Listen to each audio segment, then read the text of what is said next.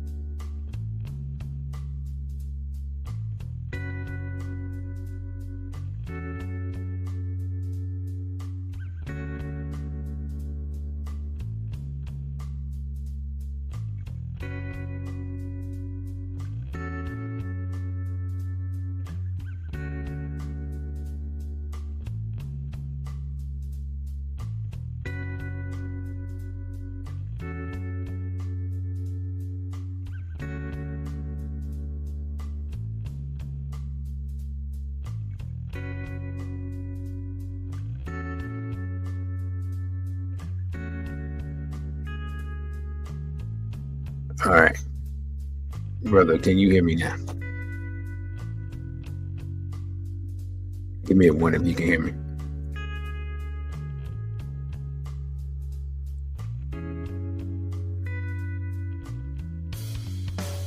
And if you can't hear me, if y'all can't hear me now, I don't know what to say.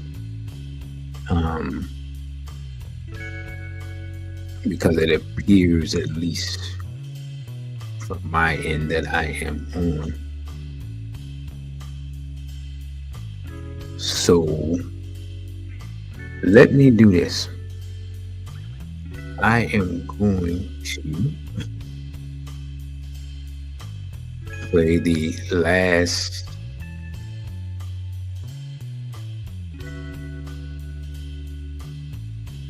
I am going to play the Lost Tapes advertisement, and then we're going to try this again. All right.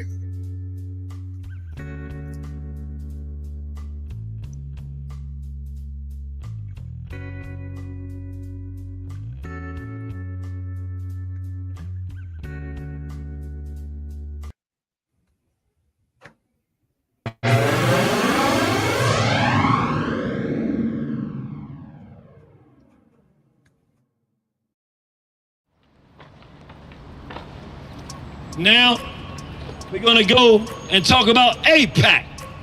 What is AIPAC? The American Israel Public Affairs Committee. AIPAC. What does AIPAC do? AIPAC is the gangster with a whole lot of money that says, I'm going to buy you and pay you money, and you're going to make decisions that I want you to make. You're gonna do as I tell you, because I got my hands in your pockets. And they attached to people like Jeffrey Epstein, who take videos of the people that are supposed to be our representatives, and as they take those videos, they hold them hostage and say, vote as I tell you to vote. Do as I tell you to do. I didn't even, the concept. I saw Naeem Akbar talking that black talk nigga gave, and I was out there telling everybody, yo, this dude gay. You remember back in the 90s, people hated me. Oh, this dude gay, man, we can't do this. You can't be up there talking black and be gay too. I was like, okay, he out the way. No, we're not doing this. I'm saying this because I did not imagine a time, little old me from Soufeese, where if they tell us to take a jab, stick ourselves, I'm gonna be the only one that wanna say something. Maybe the brother out in Whitaker, brother Darren, you know, we got a few brothers, but I'm talking about like, I'm thinking whatever they tell us to do, we got black people who studied under these people, we gonna say no. Or we gonna at least wanna investigate. I'm thinking it'll always be that way. I'm thinking if somebody's pushing this stuff, R. Kelly molesting children, you're like, we're gonna deal with this dude. I'm thinking everybody's gonna agree with that, because you don't mess with children. That's right. That's what I thought was, that's just how I thought we were. That is who we are intrinsically, but I'm saying, I didn't imagine a world where I'm saying, don't vote for this dude. It's a trick. Come on, y'all. He's a mulatto who didn't grow up around black people. He a gay dude. He gonna push homosexuality. Y'all can't see this? I'm thinking, I'm telling y'all before he get in office, what are you talking about? And people who are the hardest nosed people in African nationalism, I mean the hard ones, looking at me, nah, you can't do that, dude. Y'all don't see this?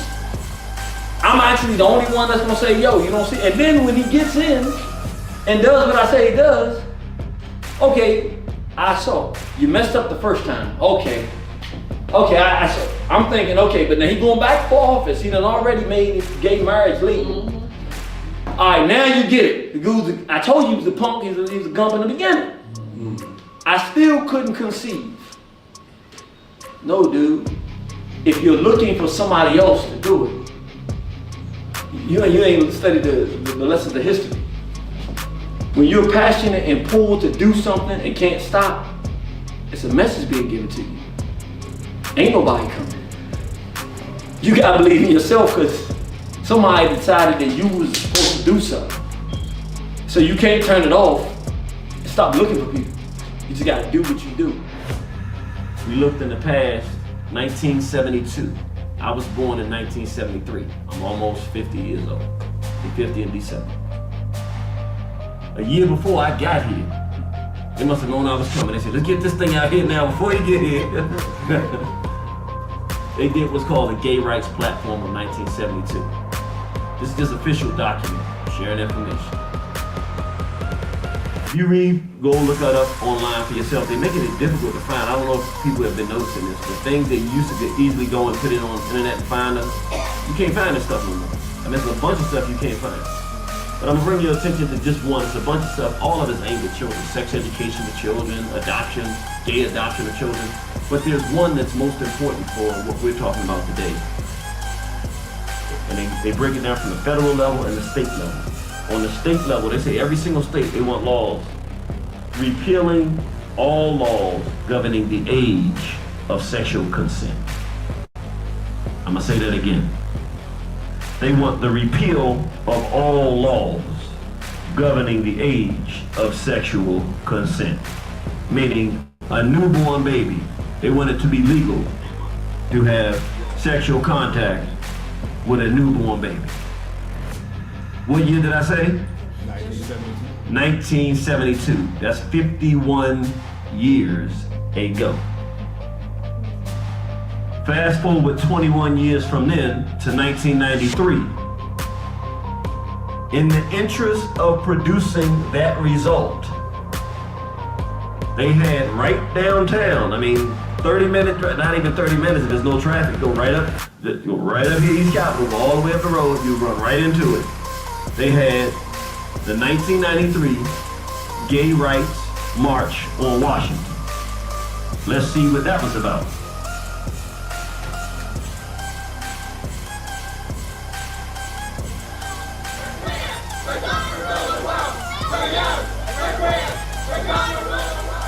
Check one. All right. Did y'all hear what they just said? Do I need to play that again? He said, don't play it again. He said, no, thank you. All right, I want to do this again. They said, we're young, we're queer. We're going to do what? We're going to rule the world. Now remember, 21 years before that, what did they say that they wanted for children? Repeal all laws governing the age of sexual consent. They want to have sex with children and make it totally legalized. 21 years after they said that, they said, we're young, we're queer, we're going to rule the world. That was in 93. This is 30 years after that. So they've had 30 years to say we're queer, we're going to rule the world, which at that point they said, we haven't gotten to the point where we rule the world, because if they did, they wouldn't be saying that. They would say, we're young, we're queer, and we rule the world. They didn't say that. We're young, we're queer, we're going to rule the world and have it our way.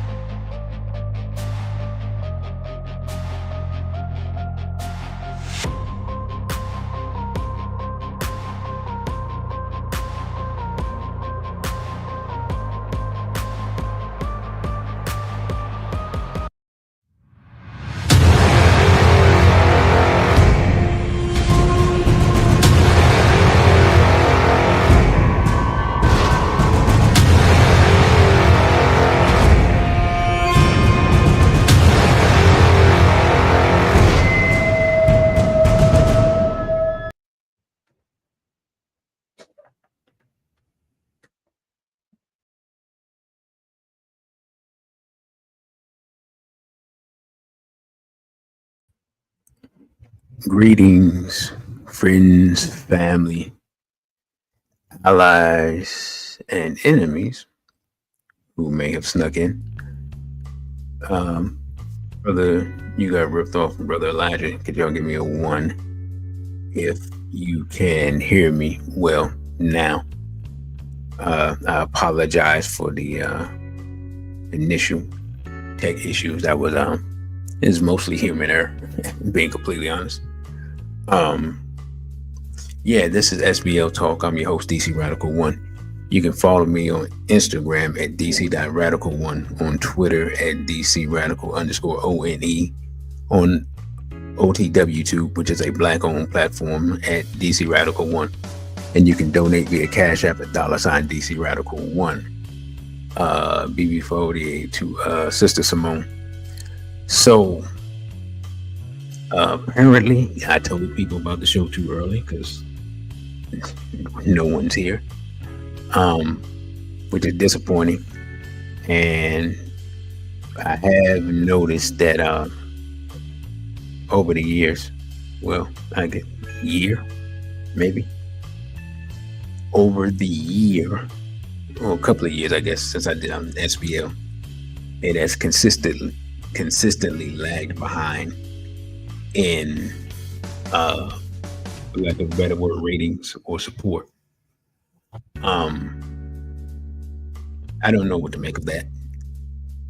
I'm pretty much give it from this October to next October to see if this is something that's viable, and then if not, then may have to recalibrate. But in reality, SBL is the most important project that I have, because as I thought about one night as I was laying down, no black love equals no black people.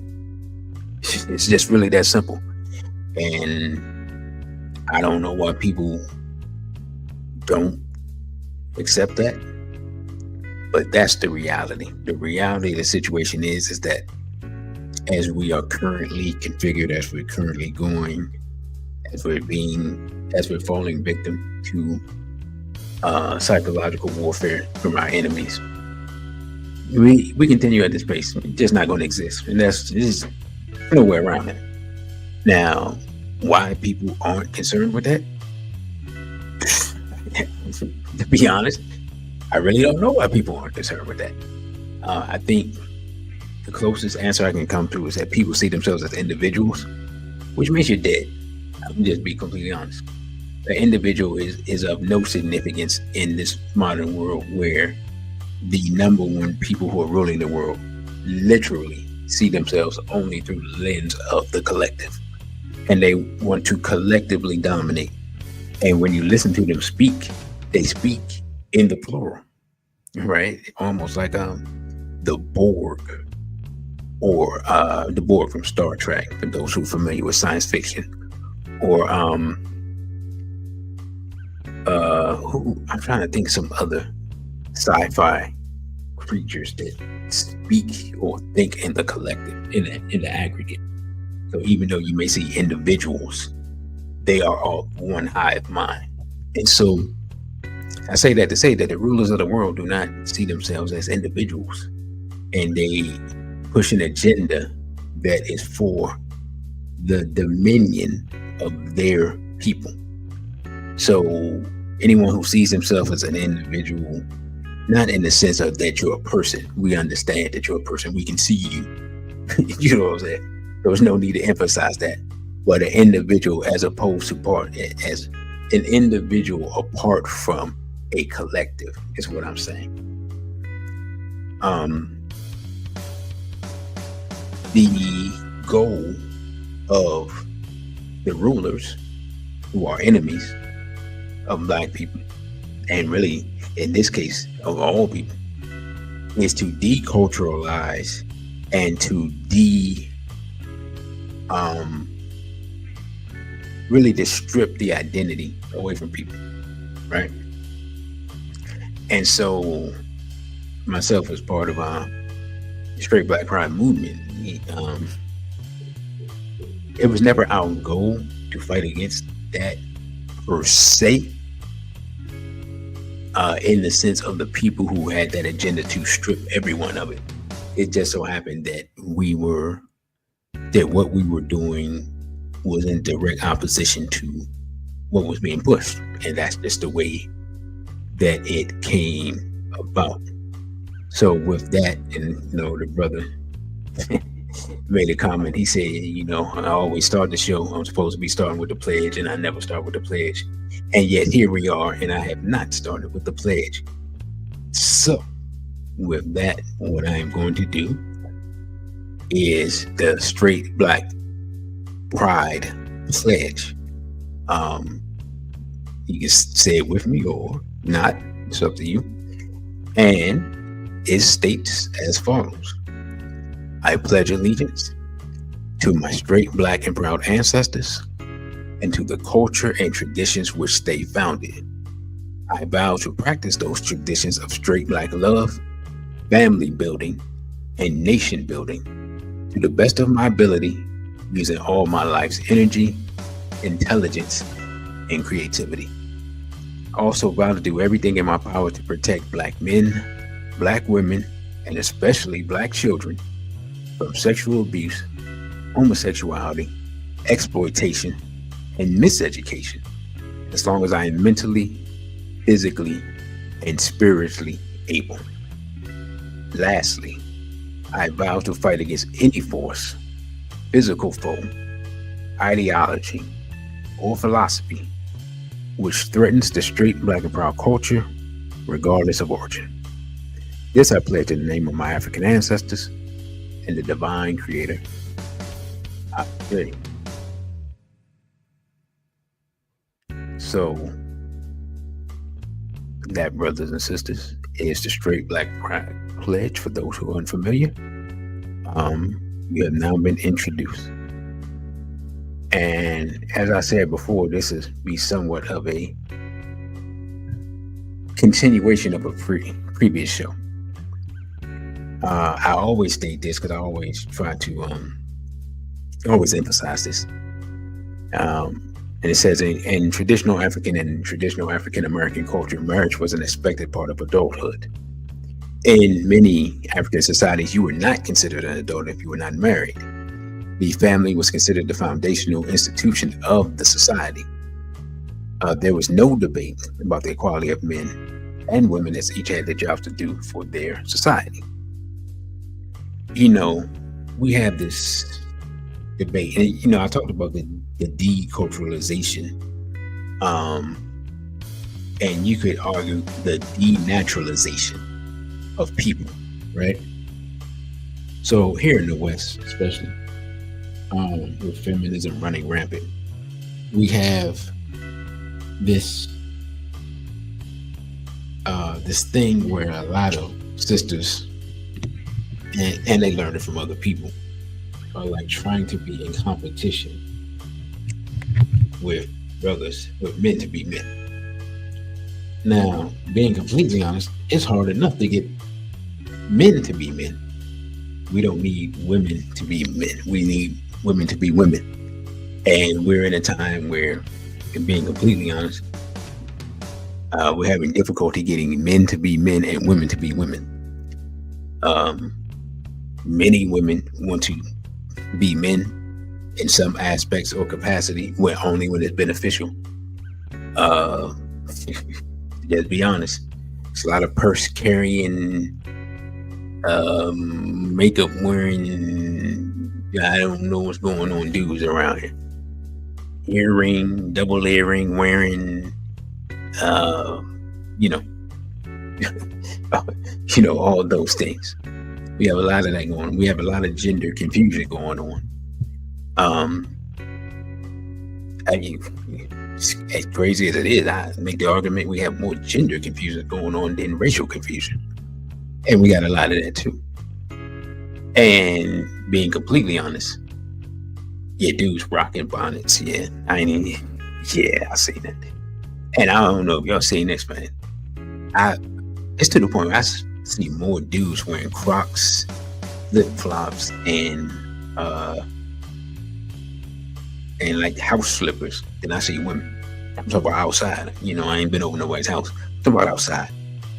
So I'm gonna be honest. Anytime I see that, I'm like, this person is not ready for the day, because as a black man in America, whenever you step outside, you stepping into a war, and you don't even have your feet protected, not even with cloth. You know, I don't understand it, not trying to understand it, but this is where we are in, what's this, 2025? This is where we are. This is the reality of our condition as people here in the West. This is a reality for us, our children, for those who are old enough, grandchildren, nieces, nephews, so forth and so on. This is the world that they're being brought into. So, to get back to the second half of the slide, it says during enslavement, black men and black women would often escape and try to find their spouses and children, risking life and limb. Black people would buy their loved ones with money they saved up working overtime to get money to buy their spouses. And then when I say overtime, I mean after working from sun up to sundown for the year then they would lease themselves out to do work. Especially those who were skilled, do some type of building with the hands and things of that nature. You couldn't, you didn't want to be too skilled. You didn't want to show that you could read and write. That was a detriment in that time. Those people would take their extra savings and try to buy their loved ones freedom. Now we're in a situation where instead of running to each other through impossible obstacles, we are running away from each other as we have passport bros, and now it seems like we're trying to have passport girls, and they're complaining that they're not receiving the same, not the same support. They're not getting the same results. But I haven't seen many passport bros with any wives, so BB to me, the brother Safo. So it seems to me both groups are failing. With that, we also have I don't know if I'm gonna do a show on this or not. We got the porta potty situation. For those who are familiar with that, we have women, not just black women, but a lot of women, but black women are following along in the trend, going to Dubai to be a human porta potty. That's being paid tens of thousands of dollars, which is it's not enough for your dignity. To be man, anyway. I can't find any way to say this at 6:30 p.m. without getting cut off. Y'all, look it up. That's all I can say. Look it up. It is what it sounds like. You know what a porta potty is. You know what a person is. Okay, now you get it. So, this is where we are, and then those women will try to come back and bro, if you say so, brother. Whatever it is, I blame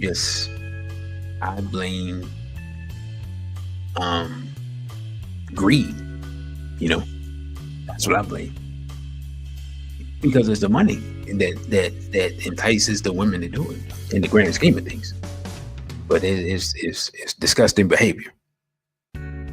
So, these are the type of things we got going on. And in this context, it's extremely difficult for a man to find a wife, because a woman who will sell her soul like that, that's it. She'll never be a wife. I don't care what we're talking about here. If you're willing to sell yourself for $50,000, this is not even millions of dollars. We're talking about like 20, 30, 40, 50,000. 50,000. That's a yearly. That's the average yearly salary in America for the most part. That's got to do better than that. You know what I'm saying? So yeah, that's disgusting. Let's just move on from that whole conversation, because anyway, don't even know how we got here. So, but it goes along, weirdly enough, it goes along with this next slide. The ancient attack, and some of this will be repetition, because this is the larger part of the slides were what I think I used last time. So, but let's look at it. It says, in ancient African societies, treaties of peace were often completed by intermarriage between nations, right? So let's say you have Yoruba and Hausa.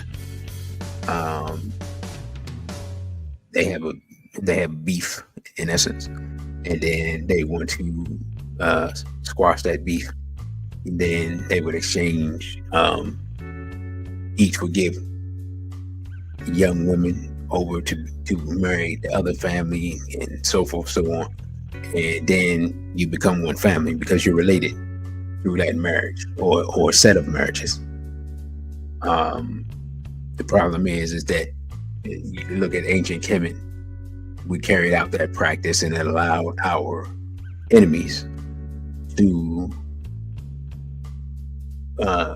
intermarry into the royal family, and then allow the invasions of our enemies into the nation. So that was a cultural practice that was used against us in ancient times. Now it says here that and of course, as it says, led to invasion and destruction in many nations. Also, during the Islamic slave system, black women was often high priced for her beauty and grace, but she was used to breed more soldiers for Arab armies. And these half Arab, half African offspring often identified as Arab and became vicious enemies of black people. We see the remnants of this even to this day in places like Sudan, and to a lesser degree Somalia, and even some black Arabs in places like Saudi Arabia. Right? We see that this mentality and this identification with an oppressor. So it's not just something we see in the West. We see it here, and again, intermingling with non-black people has never benefited us as a collective, regardless of what history or what people want to say nowadays. Historically speaking, up till nowadays, it's just not been beneficial, and yet people want to continue that process as if the last 6,000 years haven't shown us that it's not been working for us. Right. Also, we have the Portuguese, Jewish Portuguese, invading Cape Verde, set up an outpost for enslavement, and bred with the women on the island, and taught the half African sons to be slave catchers and slave traders. Right. You know, people who don't study, don't do research, don't read, mostly can't read. There's this narrative that's been put out by the saying that the sons and daughters of the Portuguese slave traders, that black people sold themselves into slavery, when in reality, many times it was people like this, the Lancados and Moranos from Cape Verde, also half-breed and mixed Arabs that had been run out of Europe, fell back into Africa and got into slaving as they came back into North Africa. And so we see the outcome of interbreeding. The outcome of interbreeding many times is enslavement, right? So this is just a reality in the history that we just refuse to accept. Greetings to brother RBG. So this is just historical documentation, which no one can debate. There's several books. There's books on the Islamic slave system. There's books on secret relationship between blacks and Jews. I think volume 2 goes into the Cape Verde and the Portuguese Jew situation, and destruction of black civilization goes into the interbreeding in ancient Kemet. So, the documentation defeats the conversation, and we're not pulling things out of thin air. We have done the historical research. Now, we're all familiar with all these things, these modern things. CIA crack epidemic. I don't know if I brought the video before. I saw on this computer, but I feel like playing it. I think we're all familiar with that. CIA funded rise of feminism. Gloria Steinem is a known and stated CIA asset.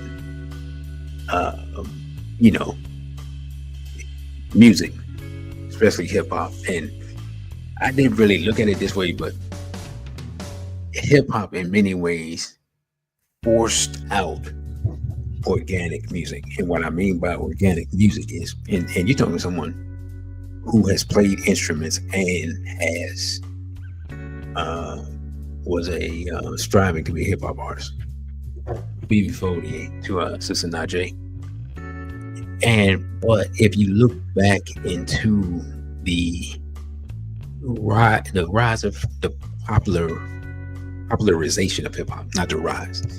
I guess you could say the rise, but the popularization of hip hop in the late 80s, early 90s, or the commercialization in the 90s. That's what I'll say.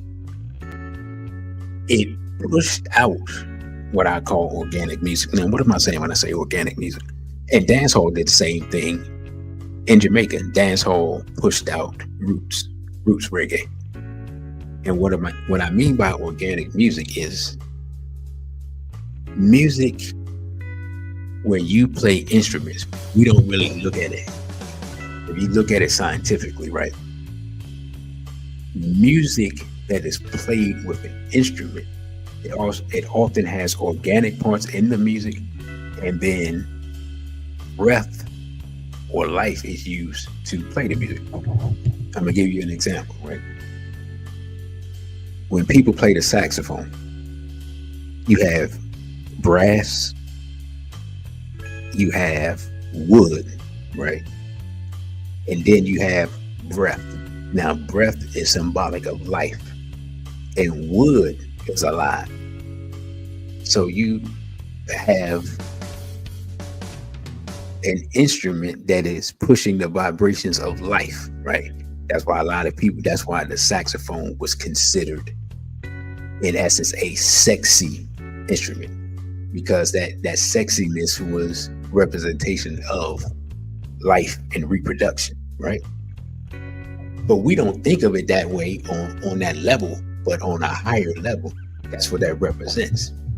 So when you take people who are alive playing instruments, playing the guitar, and at one time the piano had basically animal parts like ivory and catgut and things like that, things that were organic, made up these different instruments. And then the instruments were played by living people, which brought a vibration of life, right?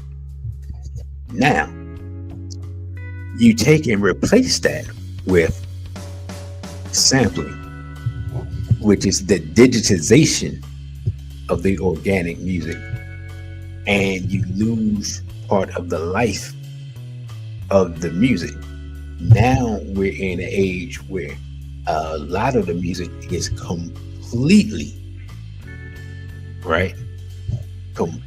devoid of any live instrumentation, and is only digitization, which in itself takes the life out of the music. So when you see people listening to the music, is why they appear to get into a hypnotic trance, because the organic part of it which would bring life, has been removed and replaced with digitization, which allows your mind to be programmed, right?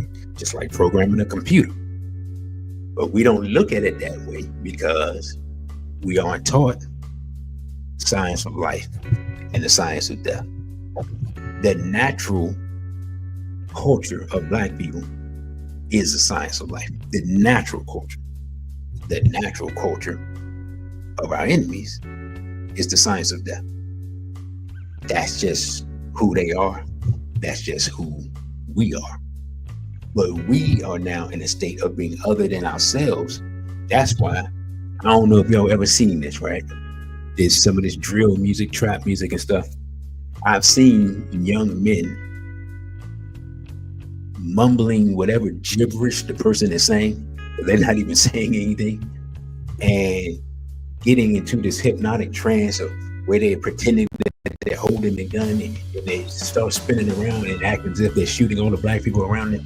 Like, I've literally seen this. I cannot identify what they're listening to. I don't have any idea what the songs is or anything like that, but I have seen the behavior more than once. At first, I just thought, okay, this guy likes his music and that's what the music is doing. But then I've seen it from like probably half a dozen different young brothers. And I don't even think they're all listening to the same song. That's what's scary about it, right? So when I talk about the organic versus the inorganic, right? And the hypnosis, this is what I'm talking about.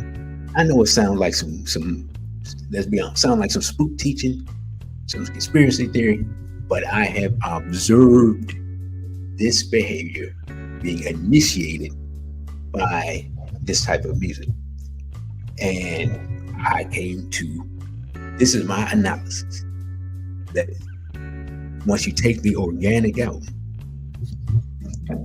as Robert Amos Wilson says, whenever you remove something, it creates a vacuum. What is filling the vacuum? The vacuum is being filled with digitization. So in reality, what we have is what I would call psychological transhumanism. So it's not altering the body, which they're doing that too. That's a whole different discussion. But altering the mind, taking the organic out and filling it with the inorganic and the unnatural, right? Now, and I didn't mean to go into that, but that could be a whole lecture in itself. And that's something I really came up with like 4 or 5 years ago. Now, everything else here we're familiar with. We don't have to talk about pushing the rainbows in it, movies, TV, music. Goes without saying. Same thing, push for interracial relationships in media. You can't really turn on a commercial without it. And I haven't watched TV in a while. Let's see. Yeah, push adult entertainment into the homes of people. I remember like when cable first came out. I don't know, I was young, and this cable actually might have came out before I was born, and that we may have been late because Black people don't get stuff early. So, but when I was a boy, let's put it like that, I remember other people in my classroom when I was in elementary school, and they were all watching one movie, and I was watching something else. I was watching like an adventure movie or something with my grandfather. And then when I got to school the next day, everybody talked about this movie. And I didn't know what they were talking about. And like all this raunchy, quote unquote, comedy in it. And mind you, we were like 10 years old. And I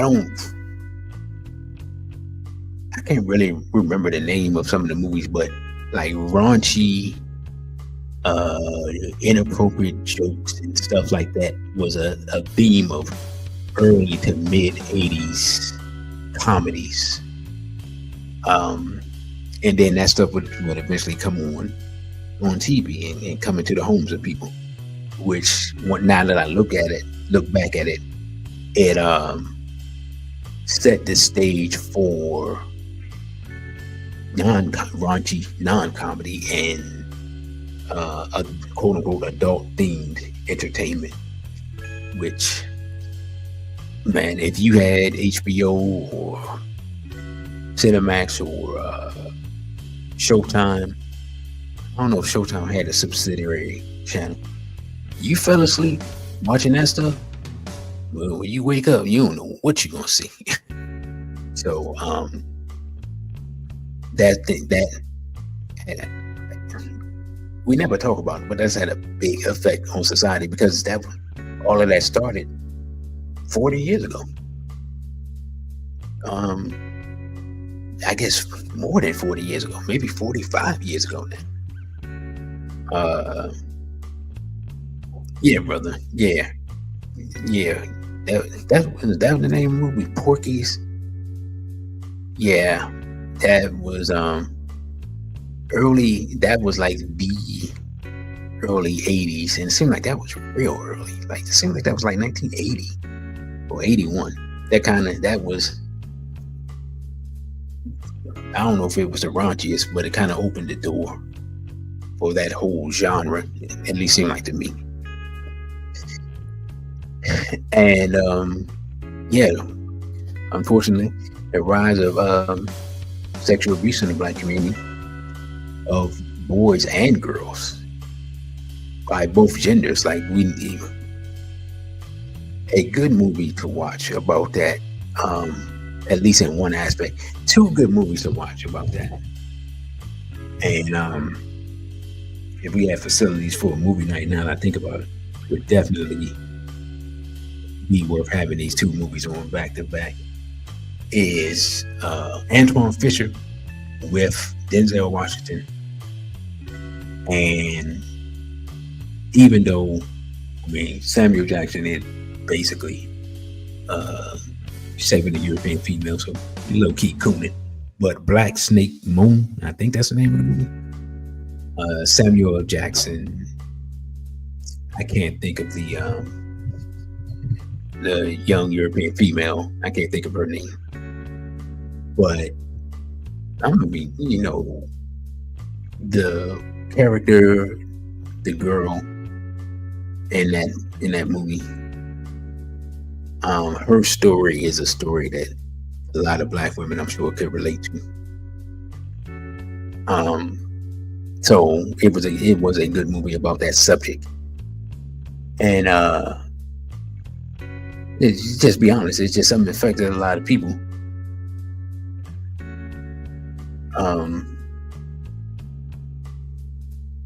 And it's not something that people want to talk about.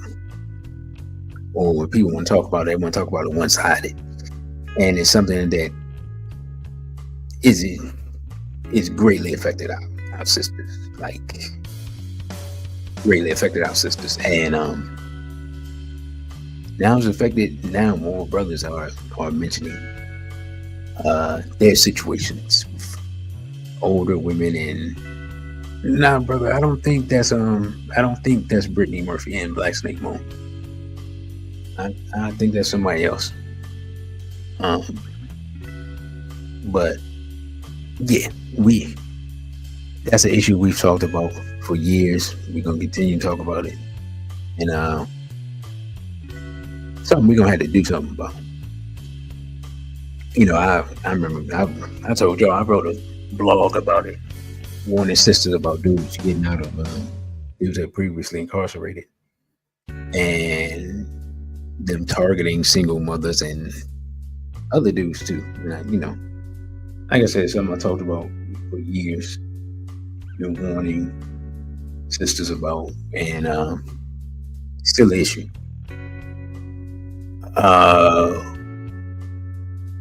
And brother, you got ripped off. Remind me at the top of the hour to play our commercial.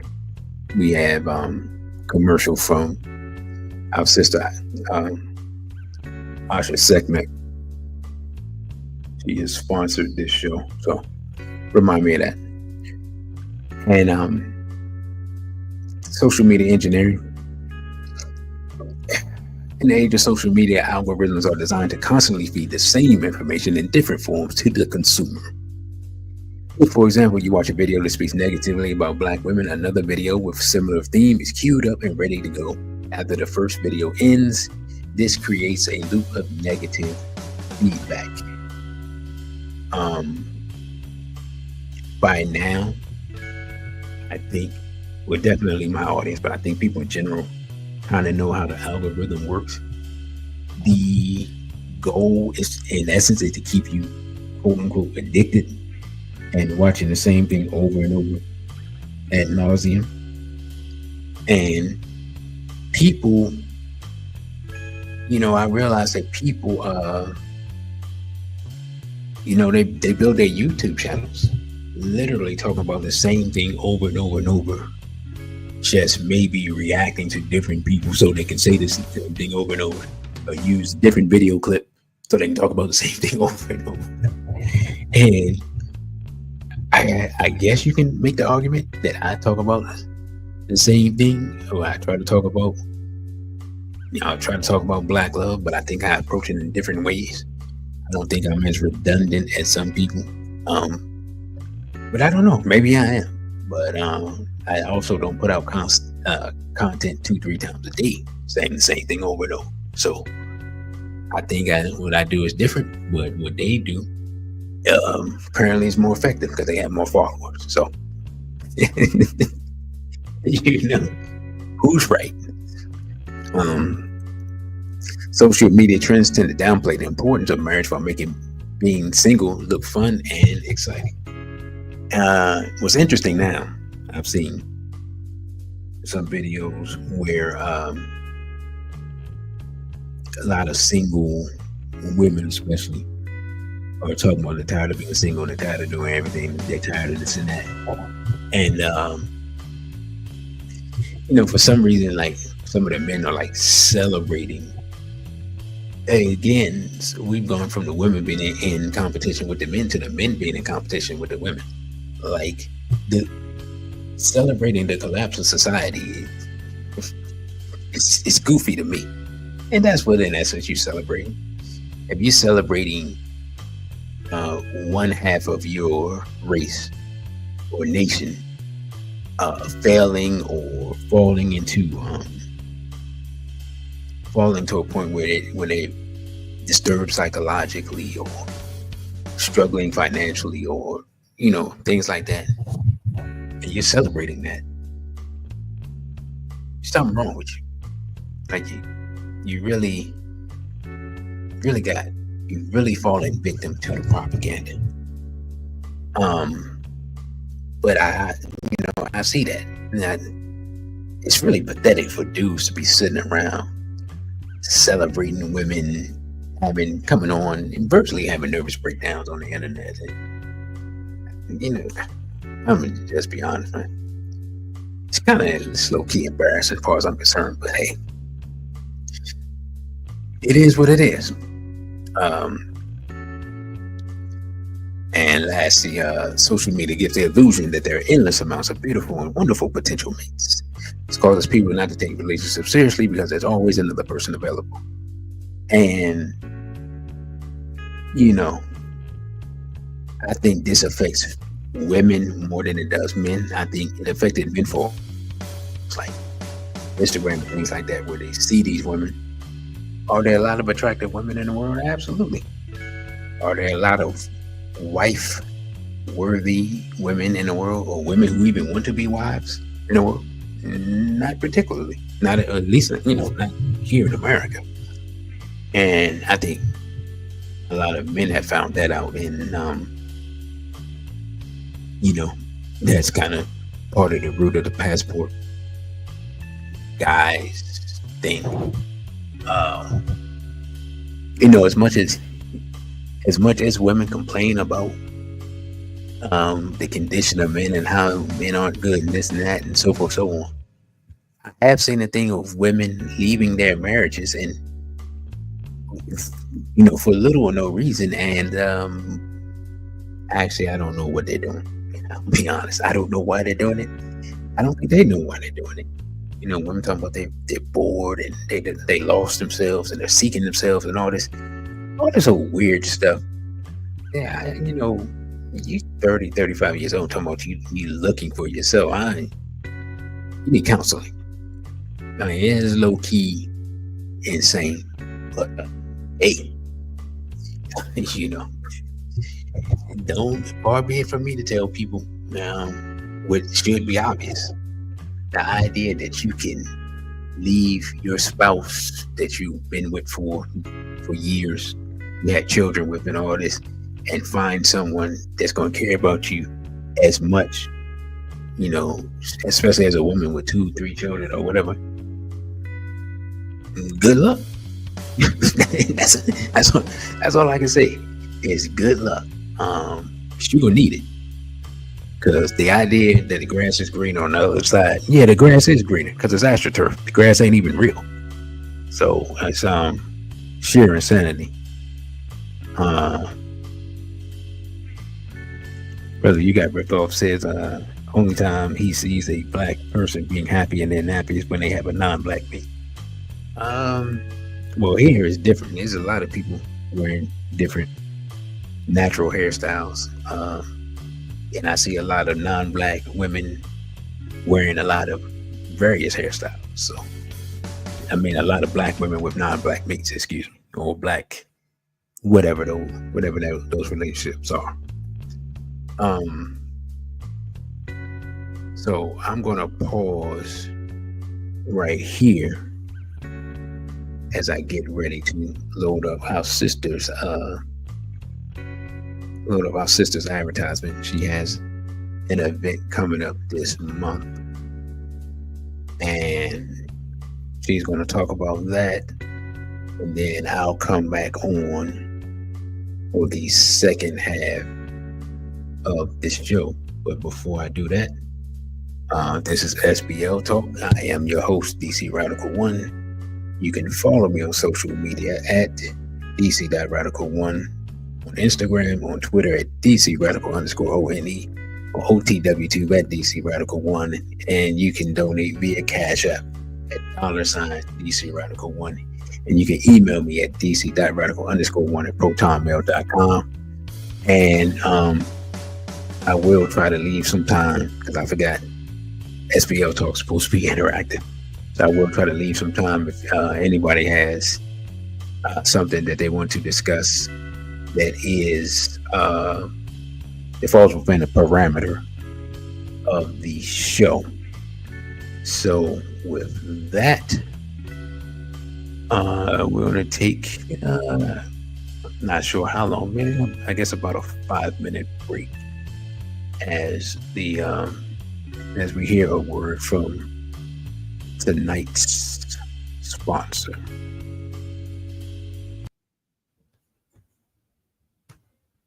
Asha segment, reporting to planet Earth. We have ascended to the 5th dimension. All right, guys, fun conversations today, serious conversations today. So we're going to be talking about the new age polygamy in this new growing economy. I am based here in the U.S. in 2025. My name is Asha Sekmet, and I am a Tantra practitioner, oracle, spiritual guide, and I am here to build a sovereign community of like-minded souls based on water culture. This is a culture that represents what you would consider Black people on planet Earth, the true system, spiritual system for my community called the Mahi community. We have a pathway to become closer to the Creator without strict religious doctrine, and we follow natural law, reciprocity, and the laws of the universe. We value superior wifehood, right? Because the model that we have is an ascension to become superior man and superior woman on planet Earth. In our system, both man and woman is considered God. We're not a matriarch. We're not a religion, okay? We uphold the laws of the universe. We uphold the laws of Ma'at, which means that we uphold the laws allowing both sexes to evolve. For the 3-part virtual series, you're going to get One, I'm going to give you the natural calendar cycle that we use. This is the foundation. It's the life system foundation. And when we go back to what the new world is becoming, people are going to be left behind if they cannot get out of their conditioning. And especially when you're talking about building a community on polygamous family structures, you having the thought of how you want things to go, you should completely scratch that. It's about the community mission, right? It's community above individual needs. Awakening the Village. This is a 3-part virtual series that we're going to be doing for the Mahi teachings on poly love, spirituality, and community. Come to the Awakening the Village. This is going to be Wednesdays, August the 13th, the 20th, and the 27th at 8 p.m. Eastern Standard Time. The Black man is the highest capacity of what the divine masculine channels through on earth. The Black man has the highest level of masculine potency on planet earth. Okay.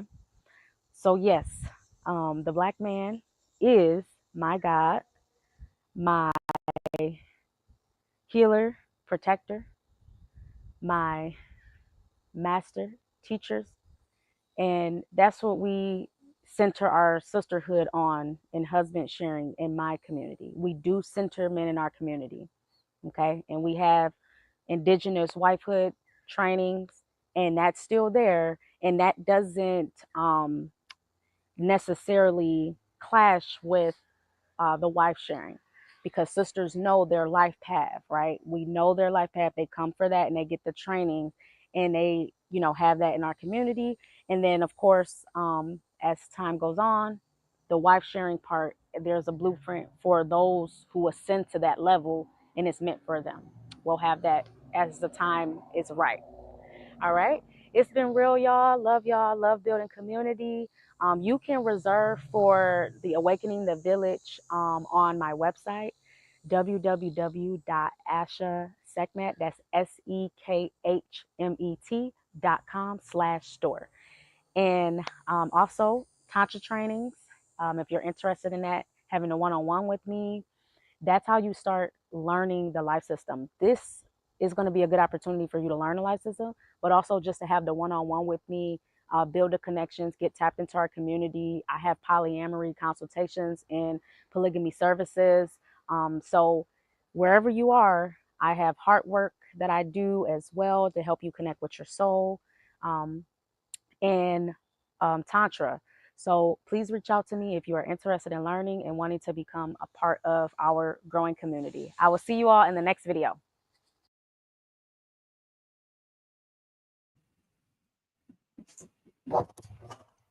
All right.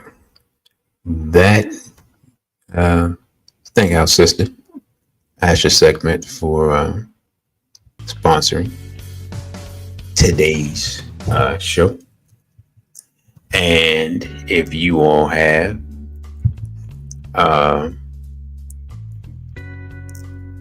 if you have a business, small business or small channel, or or an event that you would like promoted, email me at dc.radical_1@protonmail.com, and we'll discuss rates and how it works. So that sister got the promo for Instagram and YouTube as well. So now let's talk about, as she talked about, building community. Let's talk about some of the things that are helping to destroy community. And over the last few years, these social media challenges, especially coming from TikTok, we've seen these gender swap challenges, we've seen these red light challenges, and these other things that generally just counterproductive. And I believe it's just a social experiment, psychological experiment to see how, see what you can get people to do and how you can get people to follow along. So I just think that's something we got to look out for. I just saw Brother Safo's comment. I ain't even got no comment to his comment. I'm just gonna laugh. I don't know who Barbie is, but thank you for showing up and adding to the numbers. We appreciate you. And like I said, you know, TikTok it's going to be interesting to see what happens with TikTok in the future.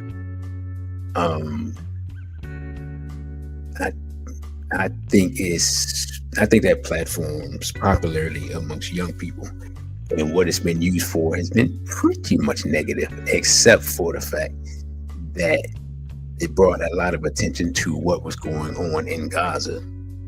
Kind of weird that it didn't bring any attention to what's going on in Congo and other places, but it's brought so much attention to it that the government threatened to shut it down, which is interesting. So it just goes to show who the government works for.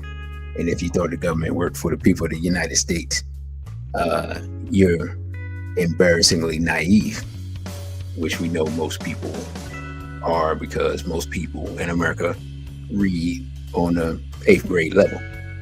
And that's just simple fact. Now, one of the things that Black people have to do is we have to change the way that we speak to each other. Yeah, and the way we speak to ourselves, right? Because subconsciously we speak to ourselves in this way, even if we're not talking to other people. And that comes about because of psychological warfare that I talked about with hip hop. You know, it's so interesting. I told Brother Genie this and he thought about it and laughed. We were talking about how people argue about being Moors and Indians and, you know, being African, not being African, being American, not being American, all this, you know, all these things. But one thing we know, all these people, all these different groups, the Hebrews and, you know, whatever, all these different groups, they all agree that to call Black people N-words and to call themselves N-words. That part we know. And I always found that interesting that regardless of what people call themselves, what they don't do is disavow the use of the N-word, which we know is something implemented by our enemies that we call the small hats.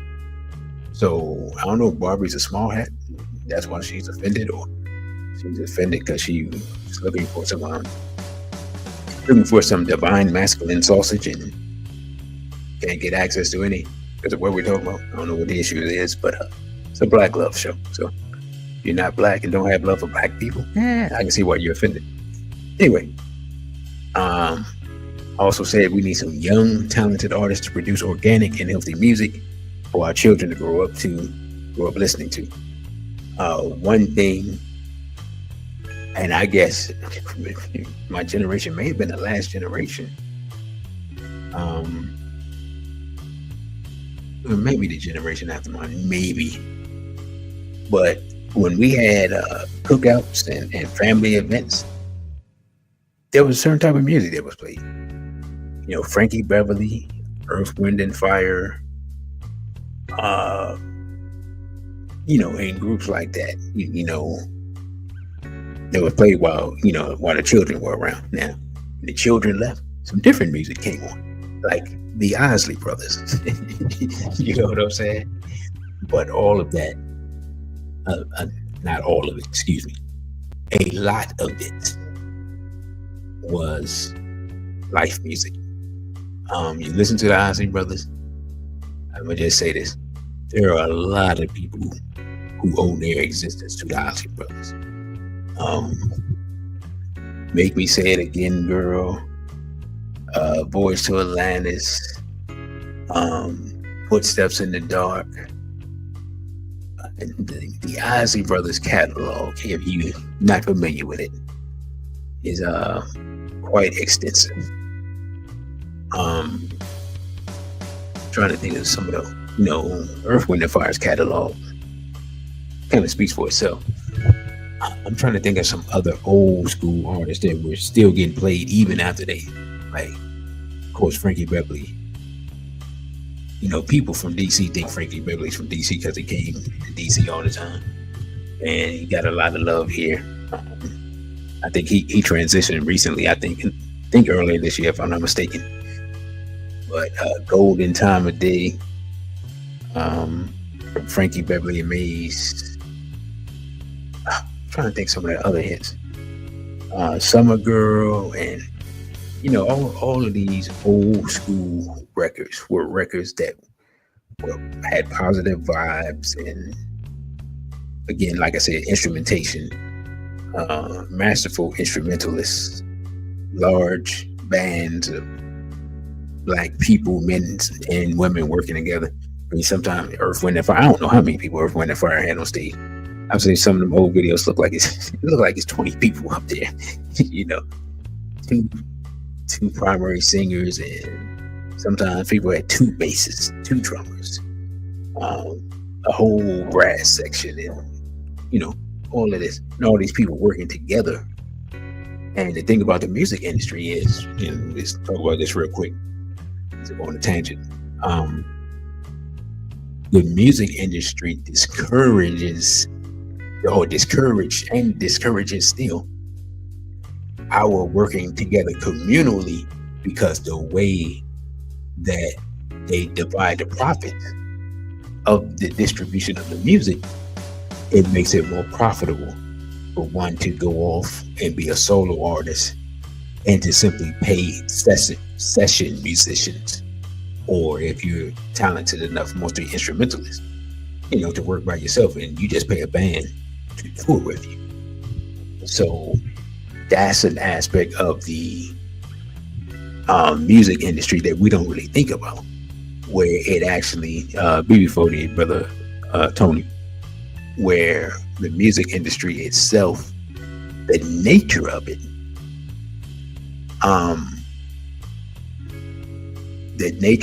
makes it that the vision is profitable, in essence, right? That groups break up. A lot of times you hear, well, why does group break up? Usually it's the money.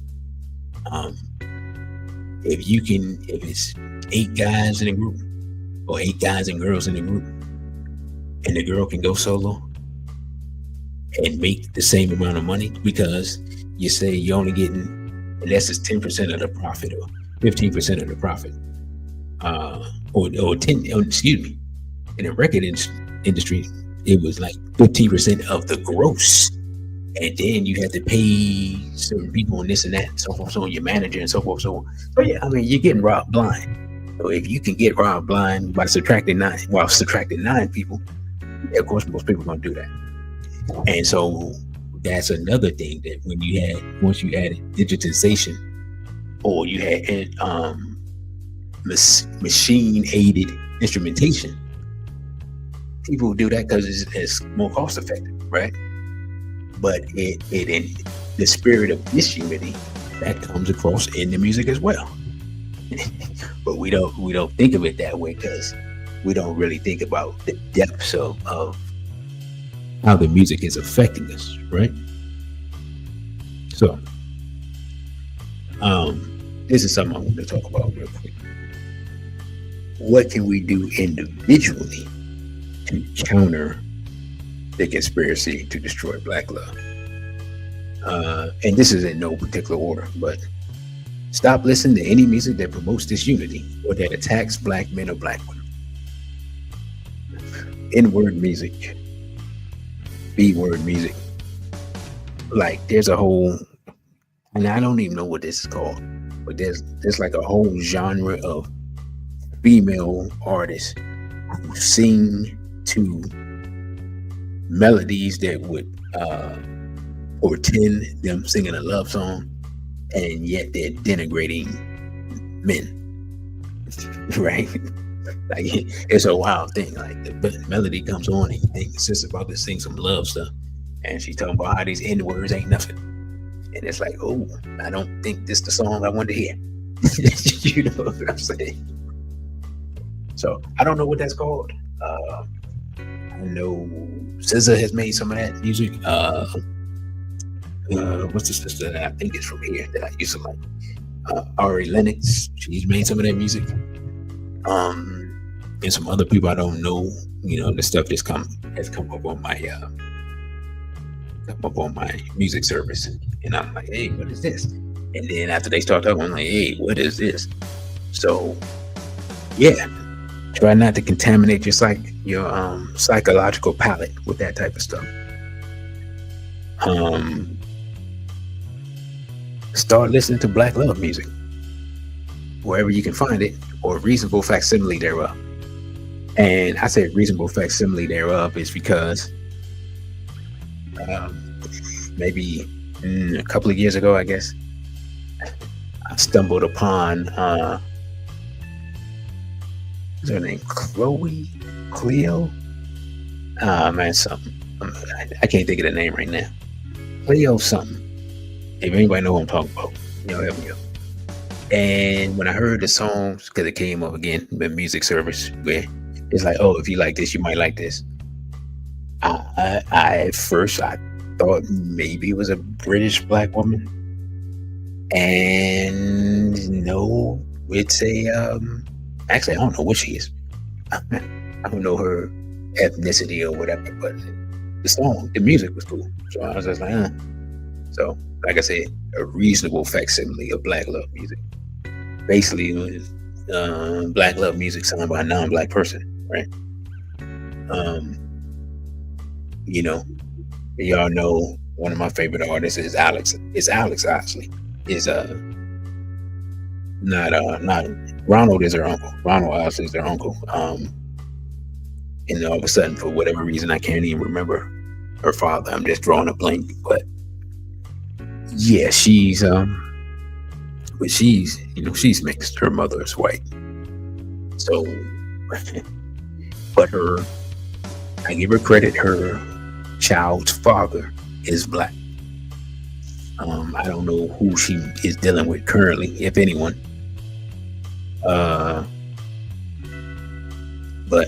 yeah, so I listen to a lot of Alex. Honestly, she makes love music. I listen to it's a young sister, Amaria McGee. She makes love music.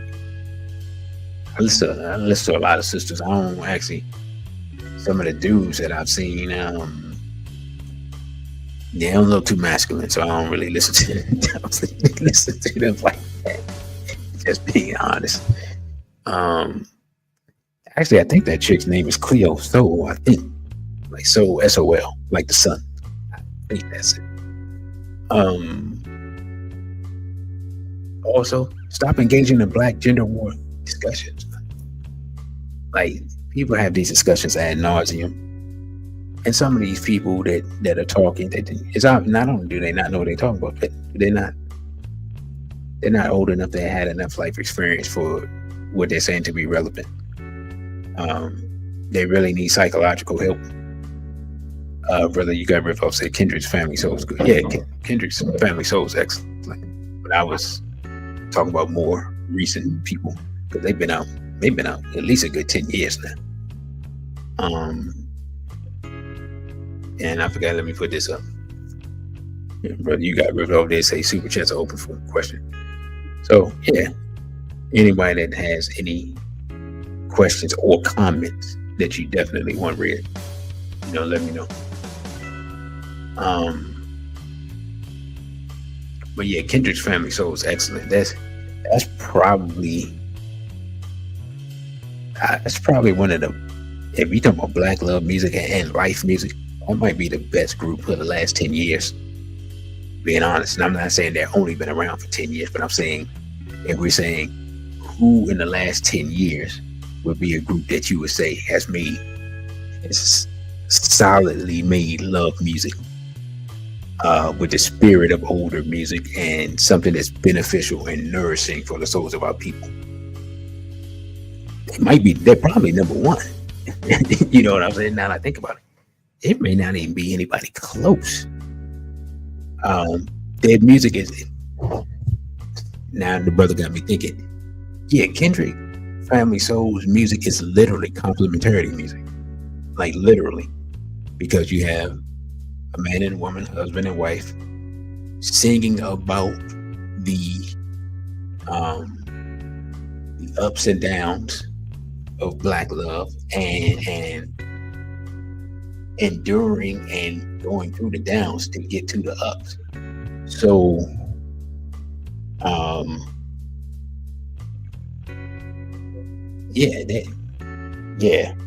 if there's one group I would recommend, now the brothers mentioned it was Kendrick the Family. So Brother Crow has a question, which is not really an SBL question, but we'll answer it anyway. It says, can you explain your thoughts on these ridiculous terms such as FBA and ADOS? It's coming from these, again, these are his words, not mine. I'm just reading the question from these fake social media teachers. My thoughts are the thoughts of Dr. John Henry Clark, where he says, if you start your history with slavery, everything else will look like progress. So whenever you call yourself an American, whether you put a descendant of slave after the American, or foundational Black in front of the American, the result is the same. You're starting your identity with enslavement. Now, I start my identity with the divine, right? The creator is the progenitor of African people, who are the progenitors of other people. So they don't have the connection to the divine. When you start off as an American, your progenitor is a European, Amerigo Vespucci, right? Because allegedly that's who America is named after. And let's say you're not connected to him, but you're still connected to the Europeans who built this. So you are identifying subconsciously by the utilization of these terms as a European, right? So that's why those people who believe in those terms never want to attack Europeans. Now, they'll talk about fighting against the nebulous system of quote unquote racism, white supremacy, which they don't mean the same thing that Dr. Wellesley meant. But you notice there's never any, in the minds of those people, there's never any real thought of rebellion. There's never any real thought of revolution. There's never any real thought of even escape, right?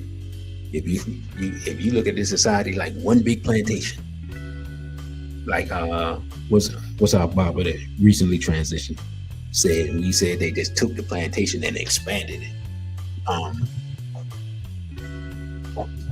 it. They don't even talk about escape. Only thing they talk about is reparations, and not reparations from the standpoint of let's get what is owed to us and then do nation building with it. But they just think about it as let's get some money so we can get some trinkets so that we can literally give the money back to the small hat by buying stuff that we will be able to afford if these people give us the money, right? So I say all of that to say that in the grand scheme of things, it is really a psychological warfare campaign against the mind of African people here in America. And it's also an example of what was talked about in Memorandum 46 of dividing the Africans here from the Africans on the continent. And of course, Memorandum 46 goes back to 1978, ostensibly, if the document is as I think it is, what is authentic, right? Done a lecture on that where I put the document on trial and I let the audience come to the conclusion, right? After putting forth the evidence. So, brother, to your question, that's what I think. And let me say this. Whenever a person says that they don't want to be a black leader, but then they put themselves in the position to be followed like a black leader and to be supported financially as if they're a black leader, then that person is a black scammer. They just told you they're not a leader. So you're either a leader or a scammer. Now, of course, I have covered the difference between leaders and scammers. I did a whole show on it, right? Y'all, anybody listening to this, you can go back and listen to that show, and then you can decide whether what I said during that show was right and exact or 100% wrong. But I covered the difference between leaders and scammers there, as the brother said, fake social media leaders. And let me say this lastly. If a person says that they want to represent black people, or they're representing black people, or they're bringing forth a new movement for black people, or a new identity for black people, and their spouse is not black, they're giving you the game right there. How can you represent black people when you won't even get with a black woman to produce black children, right?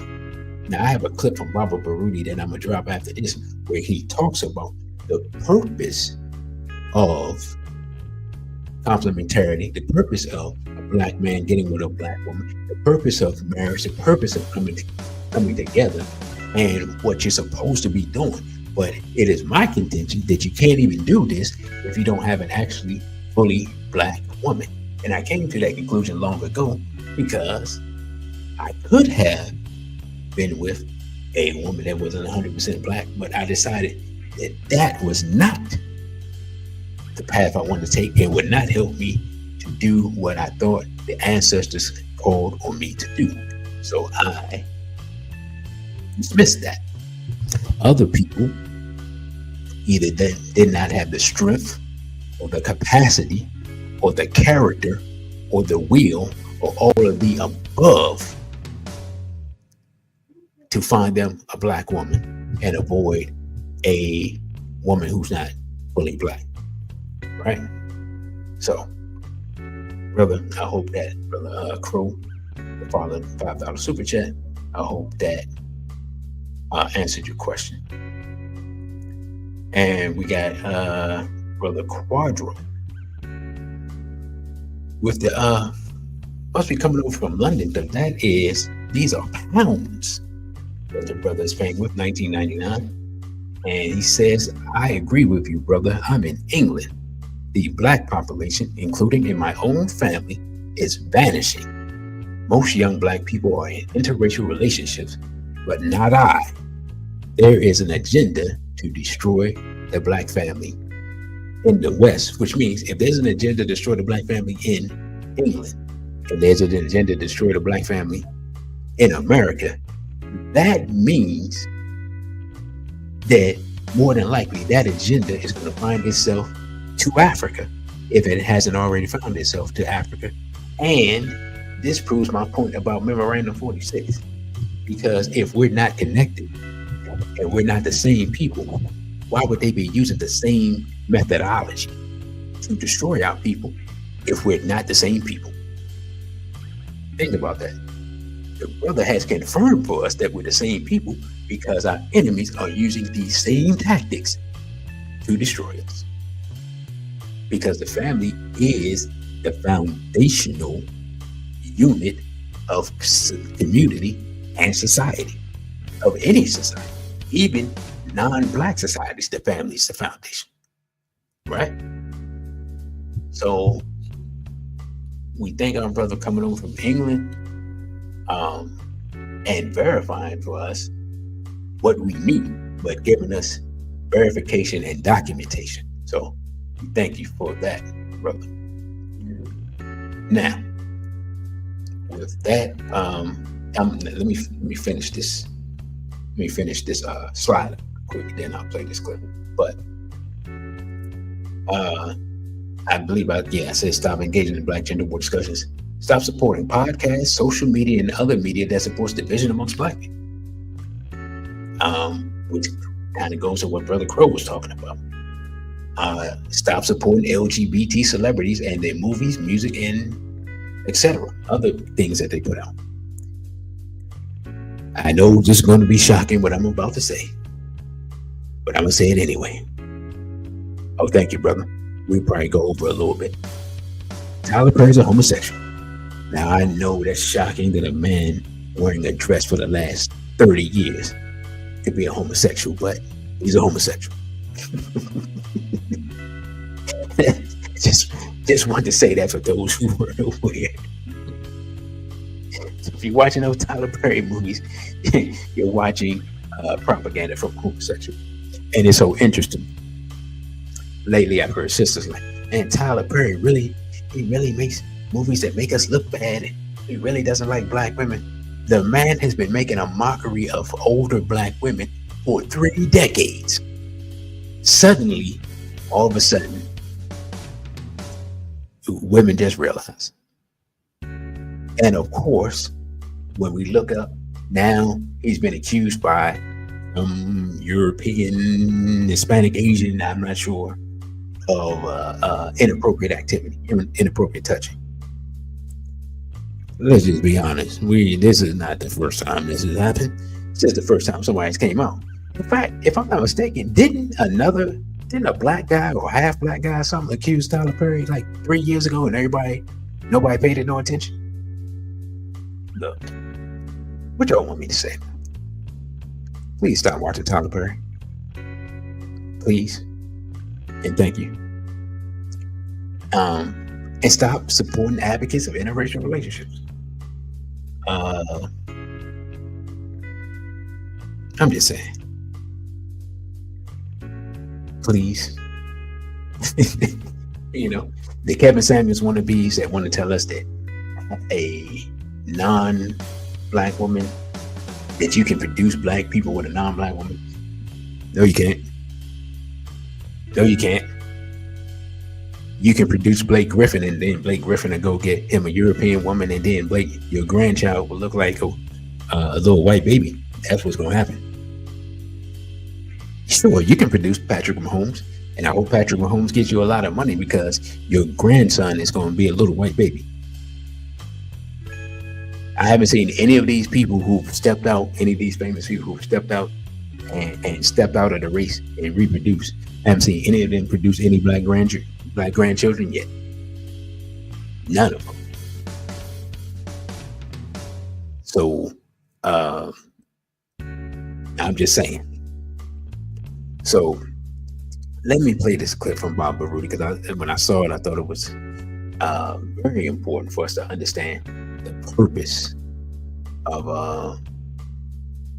really the purpose of relationships from an African perspective.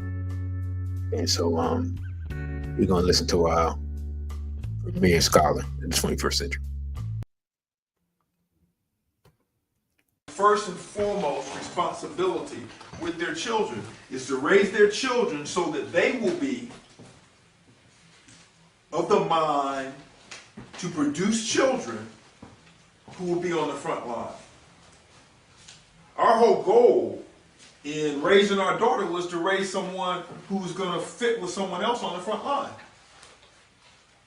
That was the whole priority. Because we know this is going to take generation after generation after generation. And if it's not continued as an intergenerational process, then we've lost. So we talk about our children are the future, and we're seeing our great-great-great-great-grandchildren, blah, blah, blah. Well, then that could just be a bunch of slaves.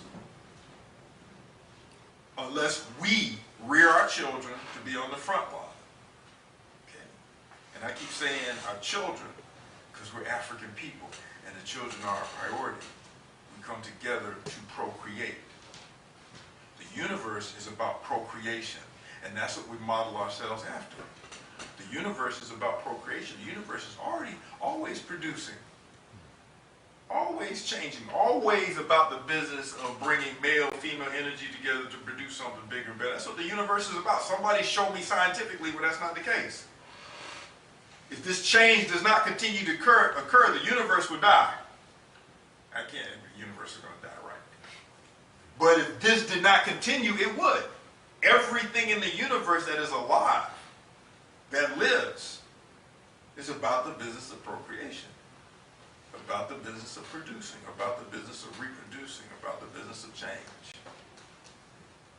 And we as a people, studied the universe for the model of humanity. We didn't just come up and be about the business of whatever insane stuff and say, well, we're going to change the universe to reflect us. We understood that that was greater.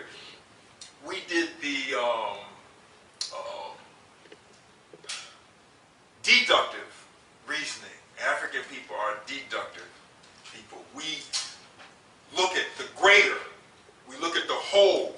We look at the macro. We look at the massive amount. And from that, we determine what we're supposed to be about. Because we know that that's smarter than us. It's been in operation infinitely longer than us. Versus other people who want to look at the universe as a microcosm of them and change the universe to fit them, to fit their logic. That's not us. We look to the universe, and the universe we discovered is about procreation. It's about continuity. It's not about death. Death happens, but death can feed life, but that's not the heart of what we're about. Death is just an aside that comes along with it. Or transition is an aside that comes along with it. That's not the heart of how we think. That's not the essence of it. Okay. So we have to define, and I wish that we just, if we could take nothing else from that, we have to understand that complementarity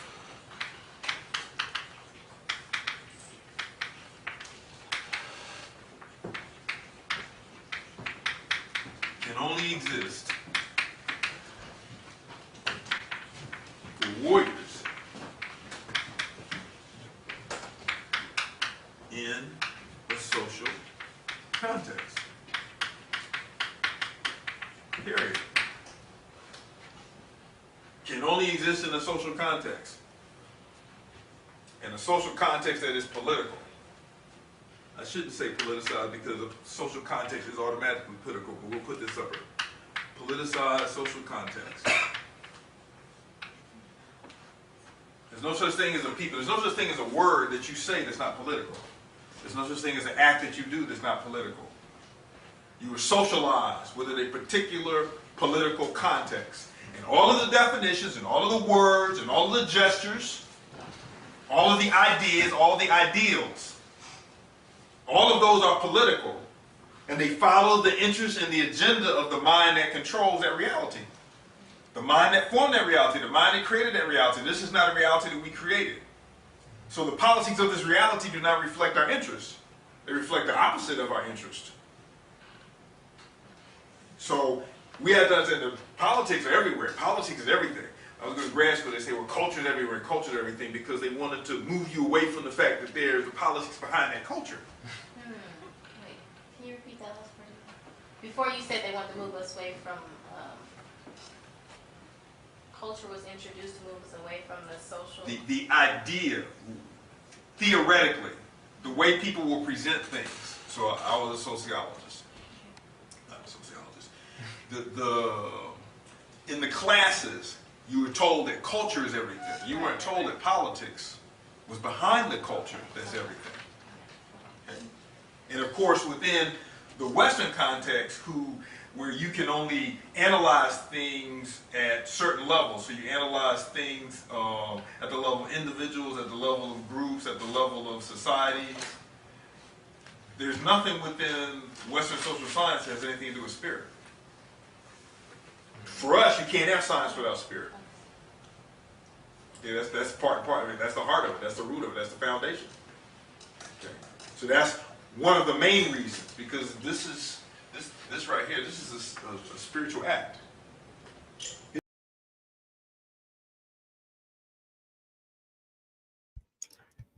And excuse me, that was our premier warrior scholar, Bob Baruti, explaining that complementarity is a form of spirituality, and it is a spiritual act. Let me get through these last couple of slides. Says, except, oh, wait a minute, more things that we can change. Except as your partner or your potential partner is not perfect, never will be perfect. And you're not perfect. I think one of the things that's holding back sisters specifically is the search for this perfect mythical man who some brothers say Tupac in a suit, or brother this, or the 666 man this 6 feet, 6-pack, 6+. Y'all know what I mean? Or Denzel Washington, a composite of Denzel Washington in all his different roles as one person. Like Malcolm X, Denzel Washington mixed with the Denzel Washington from Man on Fire mixed with thank you, brother. Mixed with the Denzel Washington from Training Day. When the brother that represents all of those people, right? The Idris Elba from to play Stringer Bell, and the Idris Elba that's I don't even know what other roles, we gotta get away from that and deal with the reality that people are human beings, for lack of a better word. People are Africans, and they're not perfect, but a person can be perfect for you while not being perfect. And seek advice on relationships with people who align with ourselves culturally and spiritually. One of the things you gotta get away from, man, is listening to people who, taking advice from coons. I'm not saying that people who are not aligned culturally won't have some good advice, but a lot of times we listen to relationships advice from people that we don't get along with or agree with and everything else. Yeah, that's kind of weird, This is a big one. Protect your children from rainbow propaganda and interracial media propaganda. This is extremely difficult. And also, man, this internet stuff, stuff like Roblox, they're making backdoors to this stuff for adults to interact with children. If your children use these type of apps or these apps or games that seem to be child-centered, really research who invents it, what company is behind it, and look into the features of it, because this stuff is opening up the door for a lot of pedos to interact with children through these games and through these apps and things like that. So definitely you want to check into that. That's something I've seen recently, and it's really sick, but it shouldn't be surprising. And lastly, in your area, you start offline groups of like-minded people in your area, men and women who are pro-Black love. I know it's difficult, but you got to start doing this stuff and meeting people in real life. And if you're in an area where you can't meet anybody in real life, I just say move. To the point. I mean, I'll be honest. I think at most it's 25. I could be wrong. It's 2 left shoes. I think in the state that it's in and the way that it's going, let something change. I think America, as the United States of America is a fully functional society, has but maybe 25 to 50 years left anyway. That's just what I think. I could be completely wrong, but moving around or leaving this place altogether might not be a bad idea. So my closing thoughts, when we're looking at the current condition of Black love and relationships, we must remember one thing. We've been warred upon by our enemies who want us removed from the planet. All analysis that omits this simple but ugly truth is rendered useless in the current time period. Before we can realistically make changes necessary for our survival, we must accept the reality that we are being warred upon and destroyed, and that war is going quite well for our opponents and very poorly for us. Our enemies understand that every black child born to a loving mother and loving father has the potential to be the quote-unquote black messiah that sparks the revolution in the black world. Their solution to this potential problem is to stop us from producing those children in a healthy and loving environment. One thing we don't hear about, but I bet you that his parents are outstanding, is as we look at the warrior king Ibrahim Traore. I bet you that his parents are outstanding in their own right. So the rules of the show: always be respectful to each other. Never use derogatory language towards black people. Women are not B's and H's, nor 304s. Such language is prohibited. Once is a mistake, twice is banishment. Black people are not N-words. We don't use the word. And you can speak with passion, but be respectful. Excuse me. Seek truth and understanding. Speak truth and avoid stereotypes about the complementary gender from our enemies, especially the Zionists.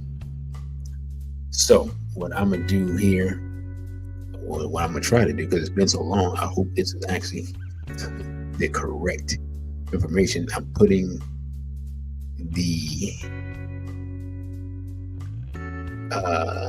in the chat.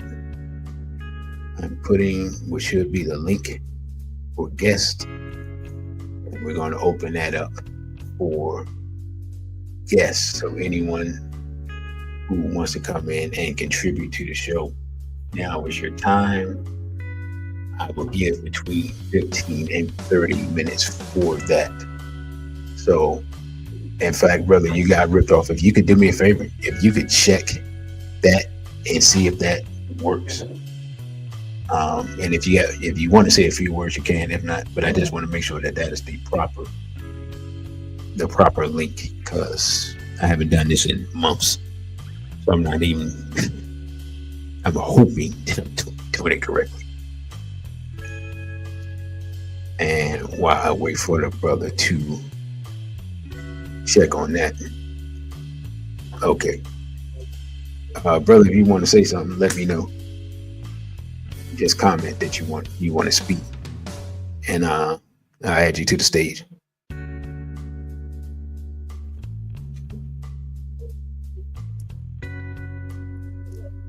Okay, brother, you added to the stage. Do you not want to be added to the stage? Nah, not just yet. Just verifying the link works. All right, thank you, brother. Thank you for verifying that the link works. All right, so that's the proper link. The link is in the chat. If anyone has anything they would like to add to the show. One thing I noticed, there does not seem to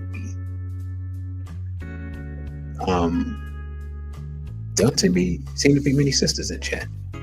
And Brother Quadro asked, can we cover this topic again? Sure, brother, we can do this again in the future. This is actually a part 2. I just didn't realize it when I made the show that this was a part 2. Indeed, a part 2. So yeah, we will definitely do that. And before I close out, I will add. Don't forget, if I have time, to remind me to play the commercial for the Lost Tapes at the end, because I played it at the beginning when there weren't as many people here. But what I'm going to do, since no one seems to be, we don't have anyone that wants to contribute thus far, what I'm going to do is play a clip from Mama Baruti, in the interest of Mayat, which is balance and reciprocity. And she's going to speak on relationships and how complementarity relationships can improve help you improve as an individual.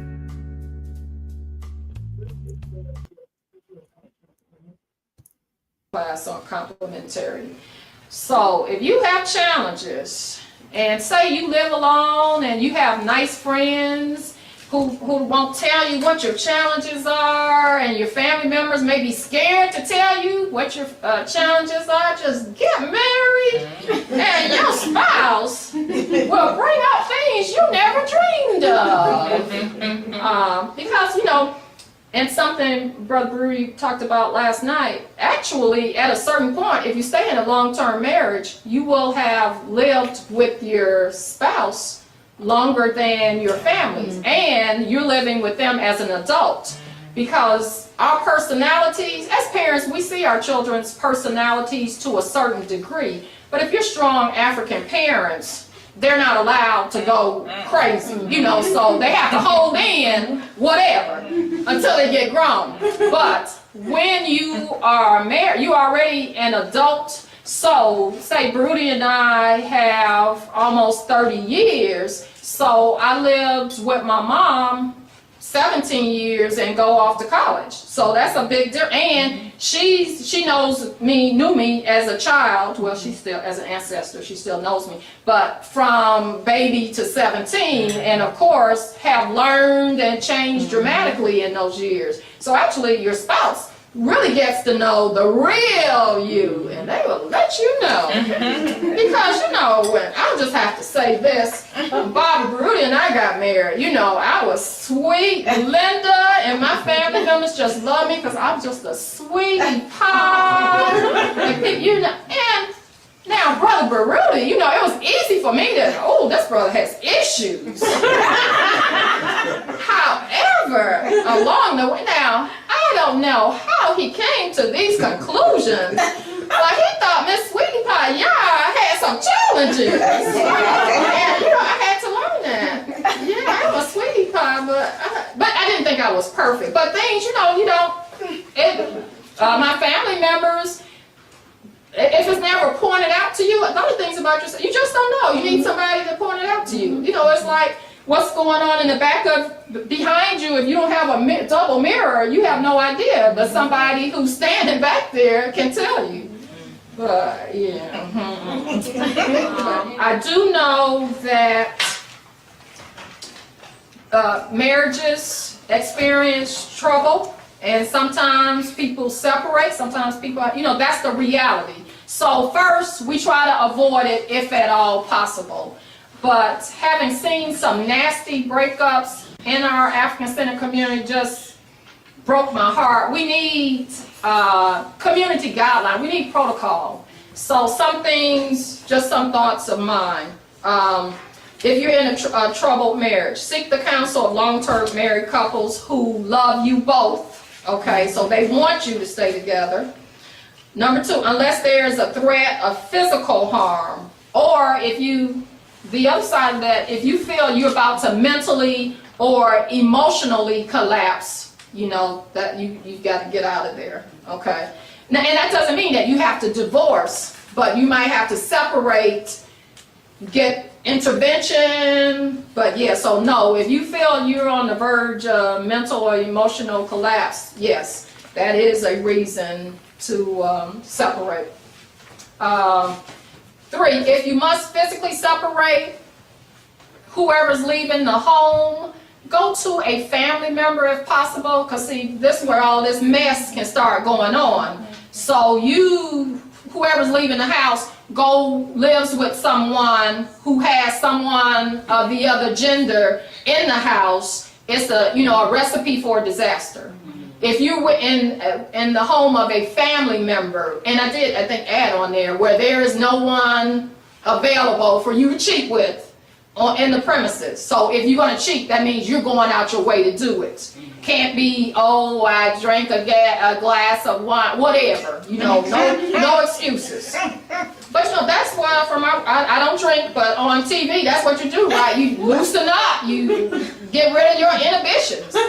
Okay, because you want to do wrong. All right. And that goes either way. Whoever's leaving the house, you should not put yourself in a place of temptation. I think there should be a minimum 1 year separation, just like I believe there should be a minimum 1 year before actually getting married. But a year separation, people want to separate, ready for a divorce. So that means you've given up, you haven't tried, and I understand, you may feel you're about to lose your mind. In that case, separate. But divorce shouldn't be your first step after that. Okay, and during this period, not that, okay, we can't file for divorce till a year and you sleeping around and all this. No, you're spending that year, trying to save your marriage. 5, seek counsel throughout your relationship, okay? Be righteous during the separation.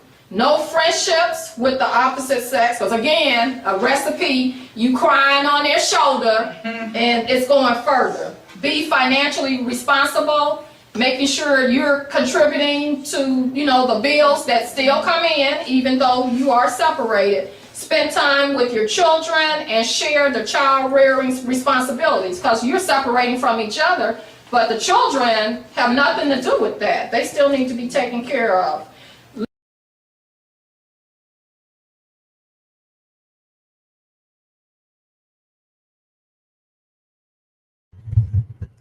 And that was Mama Baruti,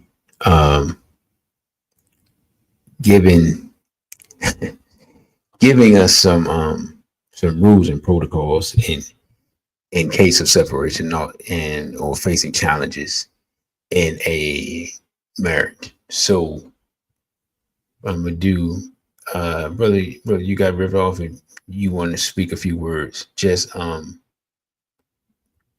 you should be able to hit the link again. And you want me to put the link in. If you can't hit it. And I will bring you up. So there you go, brother. And we're gonna bring in brother you got ripped off right now. All right, brother, you on. All right. Can you hear me? Can you hear me? Oh yeah, brother. I can hear you. Yes, sir. Okay. Yeah, I just wanted to first off say, give reverence to the Barutis. I believe in the concept of not being a how do you say it?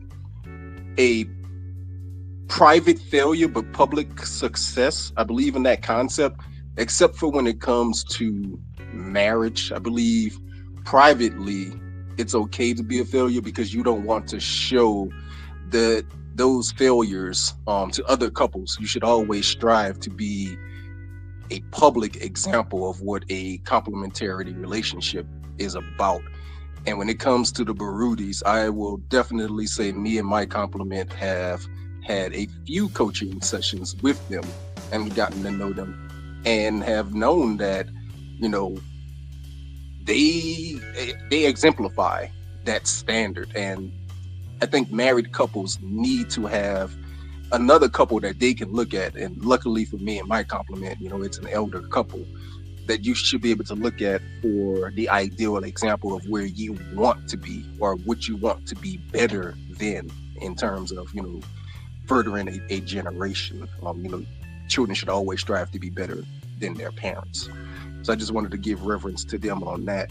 But to also, just briefly, as you were talking about answering Brother Crow's question, and it's not to turn this into the political identity debate, but I wanted to speak directly on that identity, because that plays a major role in what we're talking about tonight.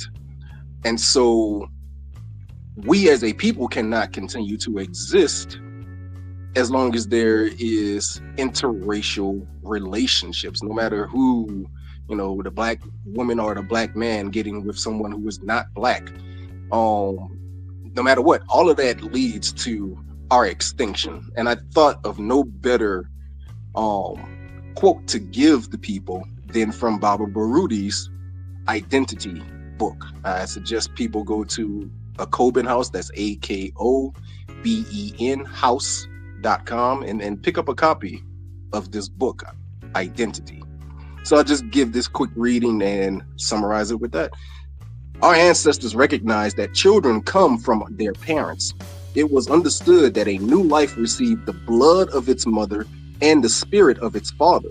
Therefore, procreation is not purely a biological function as Western science, in its necessarily despiritualized, godless reason, would have us believe. Both the spiritual and biological are intergenerationally passed on. Politically, the family is a nation's most basic foundational organization. In this institution, the newcomers to this physical reality are socialized.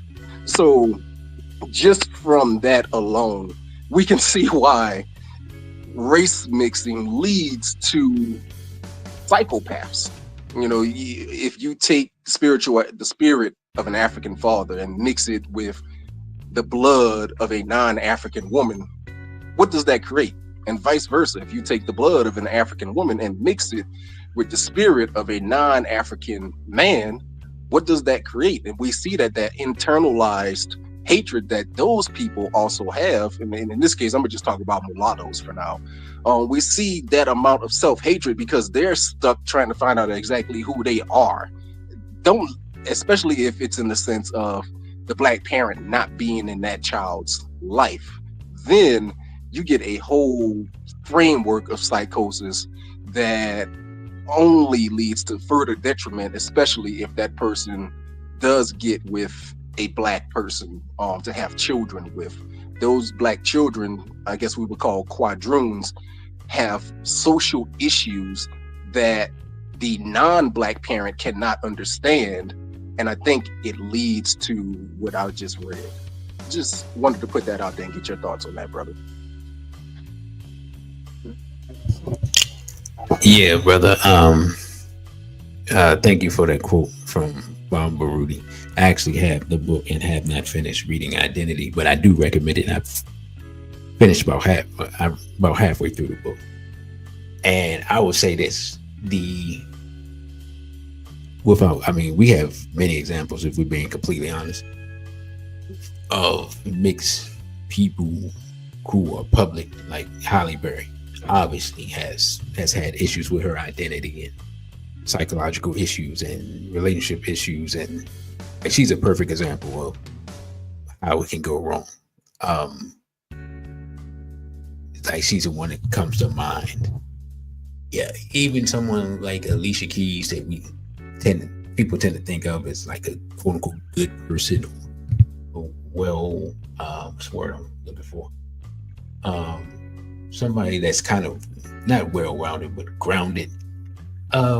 She took her husband from a black woman, right?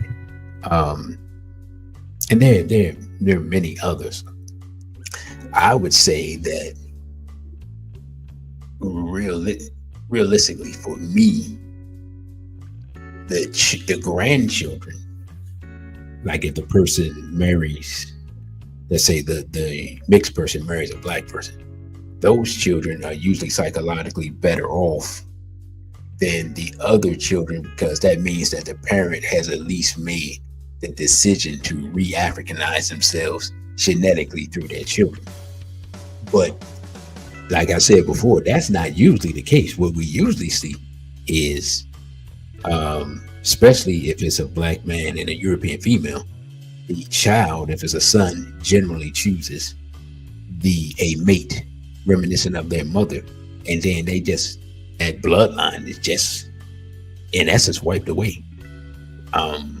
Like I said, we see Blake Griffin and Patrick Mahomes and several other athletes of note, where we don't know what type of mental issues they may have, because like I said, those people, their melanin is washed away in 2 or 3 generations, and that's the danger, more so than even producing one child with problems.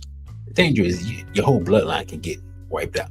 Now, yeah, for people who hate themselves, That's probably what they want to accomplish. But for those of us who love ourselves, I remember Malcolm X said he hates the European blood that's in him. He hates the slave master's blood that's in him.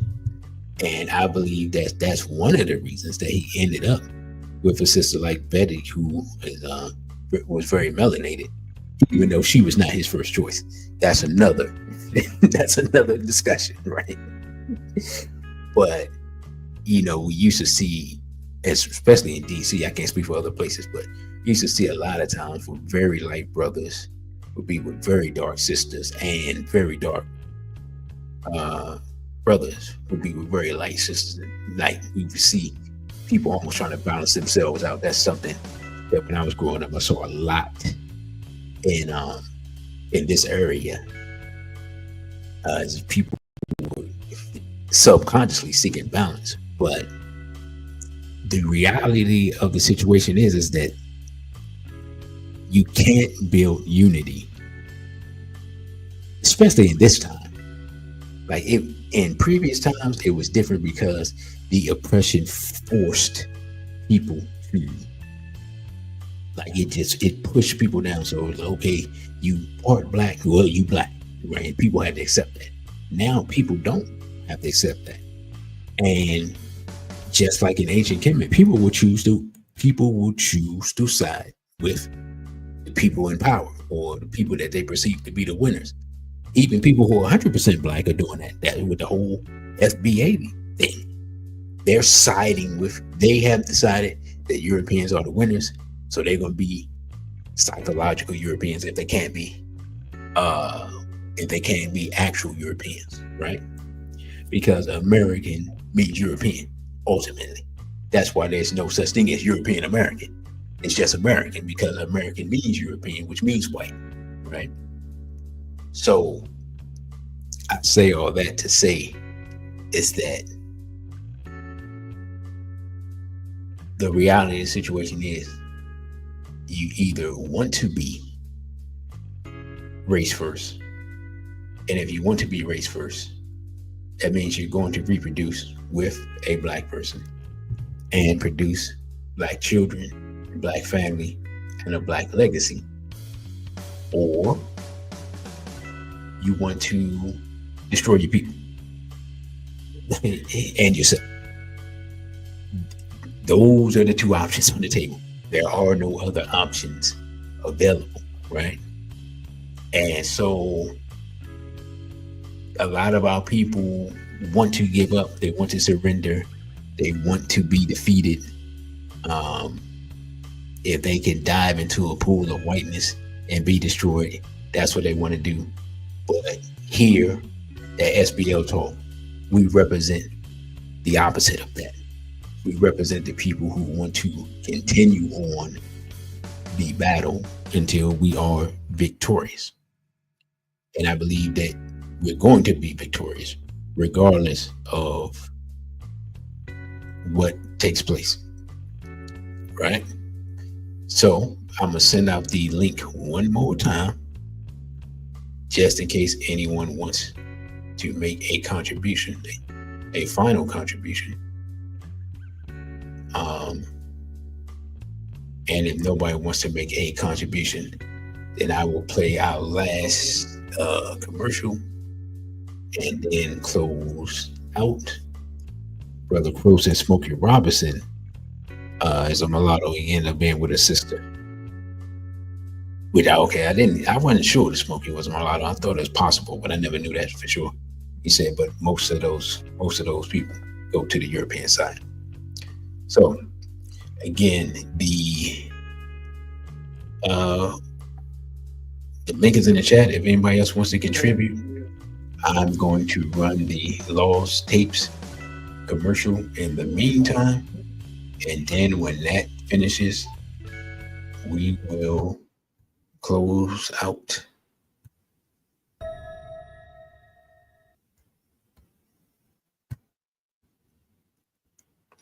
What is AIPAC? The American Israel Public Affairs Committee. AIPAC. What does AIPAC do? APAC is the gangster with a whole lot of money that says, I'm gonna buy you and pay you money, and you're gonna make decisions that I want you to make. You're gonna do as I tell you, because I got my hands in your pockets. And they attached to people like Jeffrey Epstein, who take videos of the people that are supposed to be our representatives, and as they take those videos, they hold them hostage and say, vote as I tell you to vote. Do as I tell you to do. I didn't even, the concept. I saw Naeem Akbar talking that black talk he gave, and I was out there telling everybody, but this dude gay. You remember back in the 90s, he was hating me. Oh, this dude gay, man, we can't do this. You can't be up there talking black and be gay too. I was like, okay, he out the way. No, we're not doing this. I'm saying this because I did not imagine a time, little old me from Soufeese,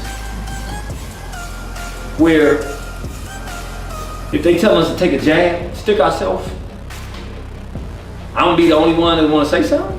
Maybe the brother out in Whitaker, brother Darren, we got a few brothers, but I'm talking about like, I'm thinking whatever they tell us to do, we got black people who studied under these people, we gonna say no. Or we gonna at least wanna investigate. I'm thinking it'll always be that way.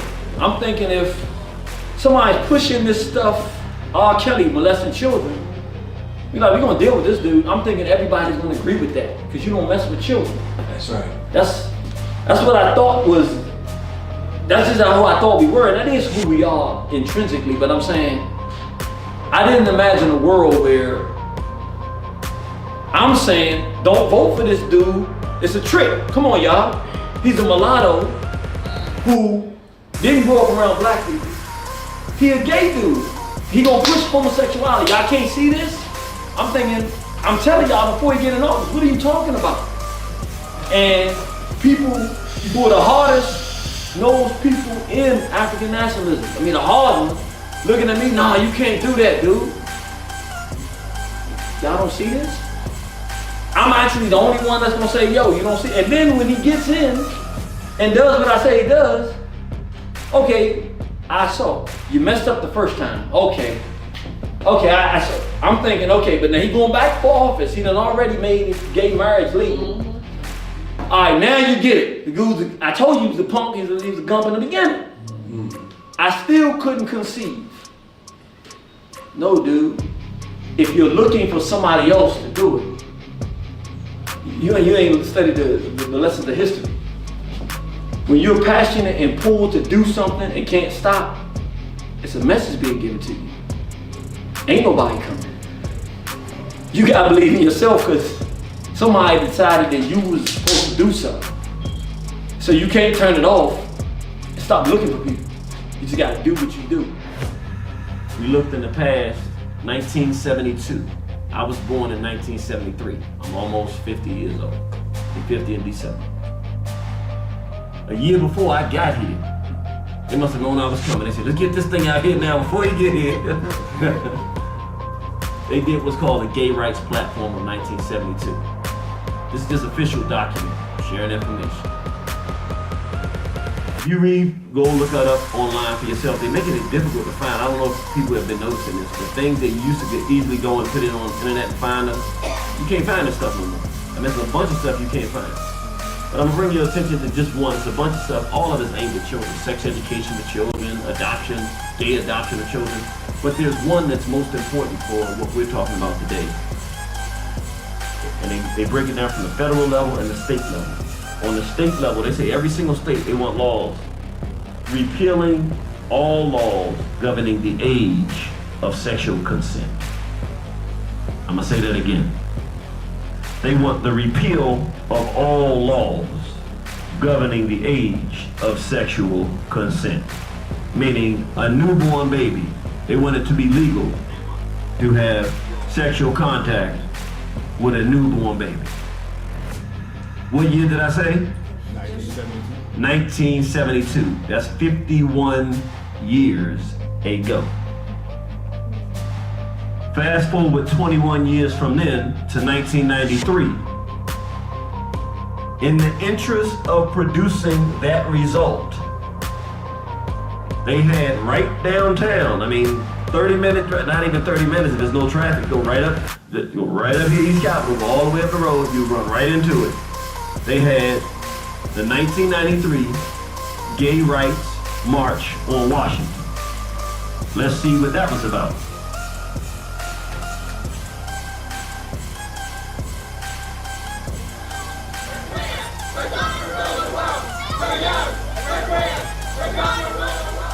Check one. Did y'all hear what they just said? Do I need to play that again? He said, don't play it again. He said, no, thank you. All right, I want to do this again. They said, we're young, we're queer. We're going to do what? We're going to rule the world. Now remember, 21 years before that, what did they say that they wanted for children?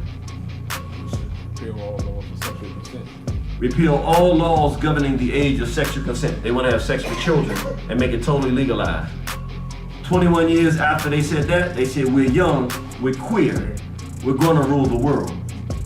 That was in 93. This is 30 years after that.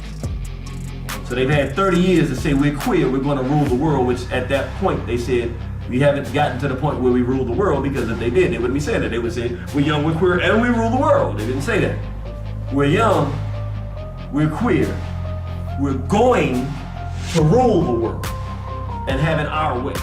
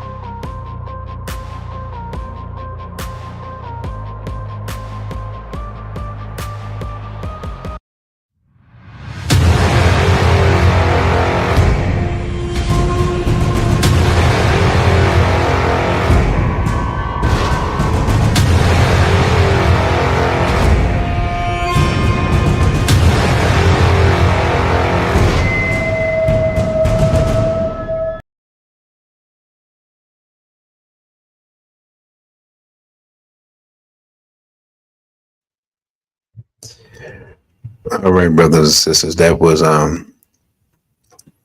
advertisement for the Lost tapes from Brother Irritated Genie. If you're interested in purchasing either the entire set or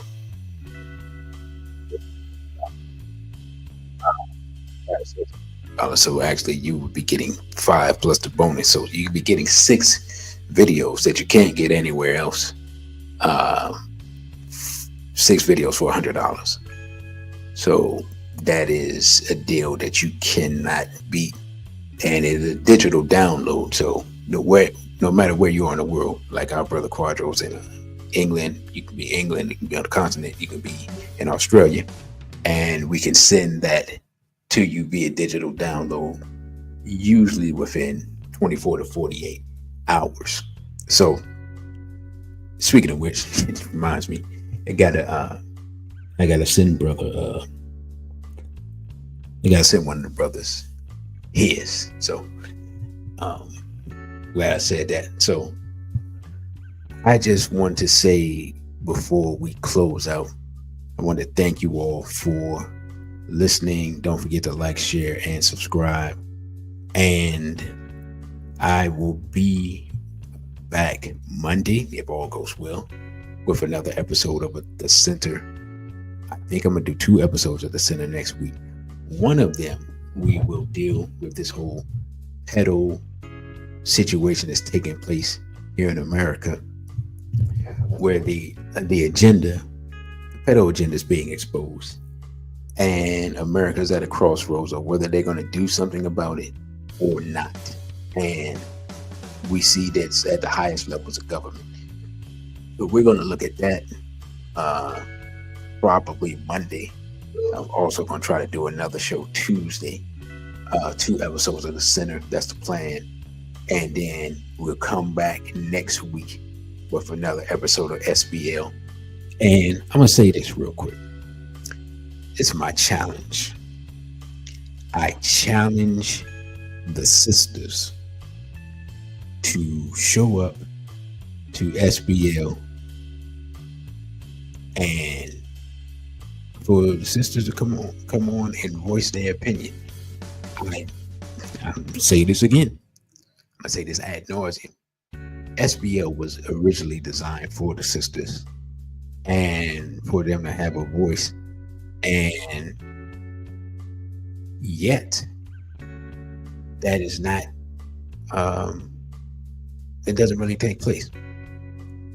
And if I had to look at the numbers and see who's missing from tonight as opposed to last night, it appears to be mostly sisters as the difference. Now, I don't know what's going on. I don't know why sisters not showing up.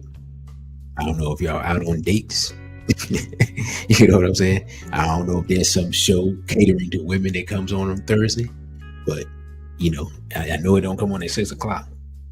I don't know if y'all have secretly given up on black men while claiming that you support me. I'm not sure how that works, right? I don't know if y'all forgot because I put the advertisement on Instagram 2 days ago. I don't know what's going on. Brother, you got jokes talking about they think I'm talking about speaking on accountability. Man, you know, don't even get me started on that. That's a whole another show. I saw a brother break down, I think he's a therapist or a psychologist or something, but breaks down how women process the whole accountability thing. I thought it was very interesting what he said. I'm not gonna jack his what's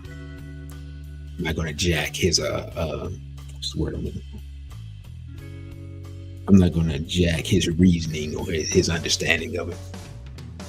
Because I gotta check him out some more, see what he's about. I know he's married, but I don't know who he's married to. So you know, and I've seen him on some other shows, but he's not coming from our center. So, and that's another thing, man. We need some more experts and people coming from our center to speak from that field. Even though the whole psychology thing, and there's some issues with that I won't go into tonight. But yeah, now back to what I was saying, man. I'm sending this message out to the sisters. Hopefully y'all check it out later. Yeah, my challenge is for you to come out next week and speak. It's Black August. Black August is a time for the revival of revolutionary spirit. And the most revolutionary thing you can do in America at this time, or in the West, as brother has said, to be a black man and marry a black woman and produce black children, especially produce black children who are going to be warrior scholars and who are going to be on the front lines. And at this point, being on the front lines means being against homosexuality and pedophilia. That's the front line. That's the war. Because it's been shown our enemies want to engage in unnatural acts with children, not just our children, but with European children, Asian, Hispanic, whatever, right? Why? What do you think all that separating of families of immigrants is where the children go one place and the parents get locked up, and then the children disappear, and then the government says they can't find the children. That's just that's trafficking. That's all that is. That's a trafficking operation. So, like I said, we're gonna talk about that next week. And the reality of the situation is when we don't have families, it makes our children vulnerable to these type of people who have these sick desires. You see, we don't look at it that way. But when you in a war, you have to look at the tactics and strategies of the enemy and their use of it, how they want to destroy you. And in this case, these people who engage in these activities want to destroy children regardless of their background, and some of them like children from multiple backgrounds. Right? See, everyone forgets that, of course, Epstein, we know his ethnicity. His name was Epstein, but he had a predilection for young, from my understanding, young blondes with braces. Right? They know his people don't produce blondes naturally. He's using somebody else's ethnicity for these heinous acts. But that's something we'll get into next week. So I'm going to close out because I do have to go. Because I do have somewhere to be, right? But I just want to say I need the voices and thoughts of our sisters and the presence of our sisters in order for this show to be effective, in order for us to practice Mayat, which is truth, justice, balance, and reciprocity. So with that, I thank our sister Asha for her contribution, purchasing in essence ad time. And I thank Brother Quadro for his contribution, the question, and the amount that he sent at Super Chat. Also, Brother Crow for his question, which was excellent. And of course, our brother You Got Ripped Off, who opened up the Super Chats. So with that, brothers and sisters, I thank you all for listening. Again, don't forget to like, share, and subscribe. I am your host, DCRADICAL1. This has been SBL Talk. With that, I say a BB for ODA and straight black pride.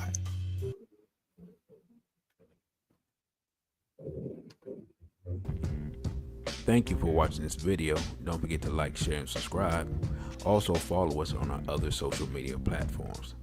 On Instagram, we're at dc.radical1. On Twitter, we're at dc_radical_one. And the Cash App is $DCRADICAL1. Again, thank you for subscribing. A BB for ODA and straight black pride.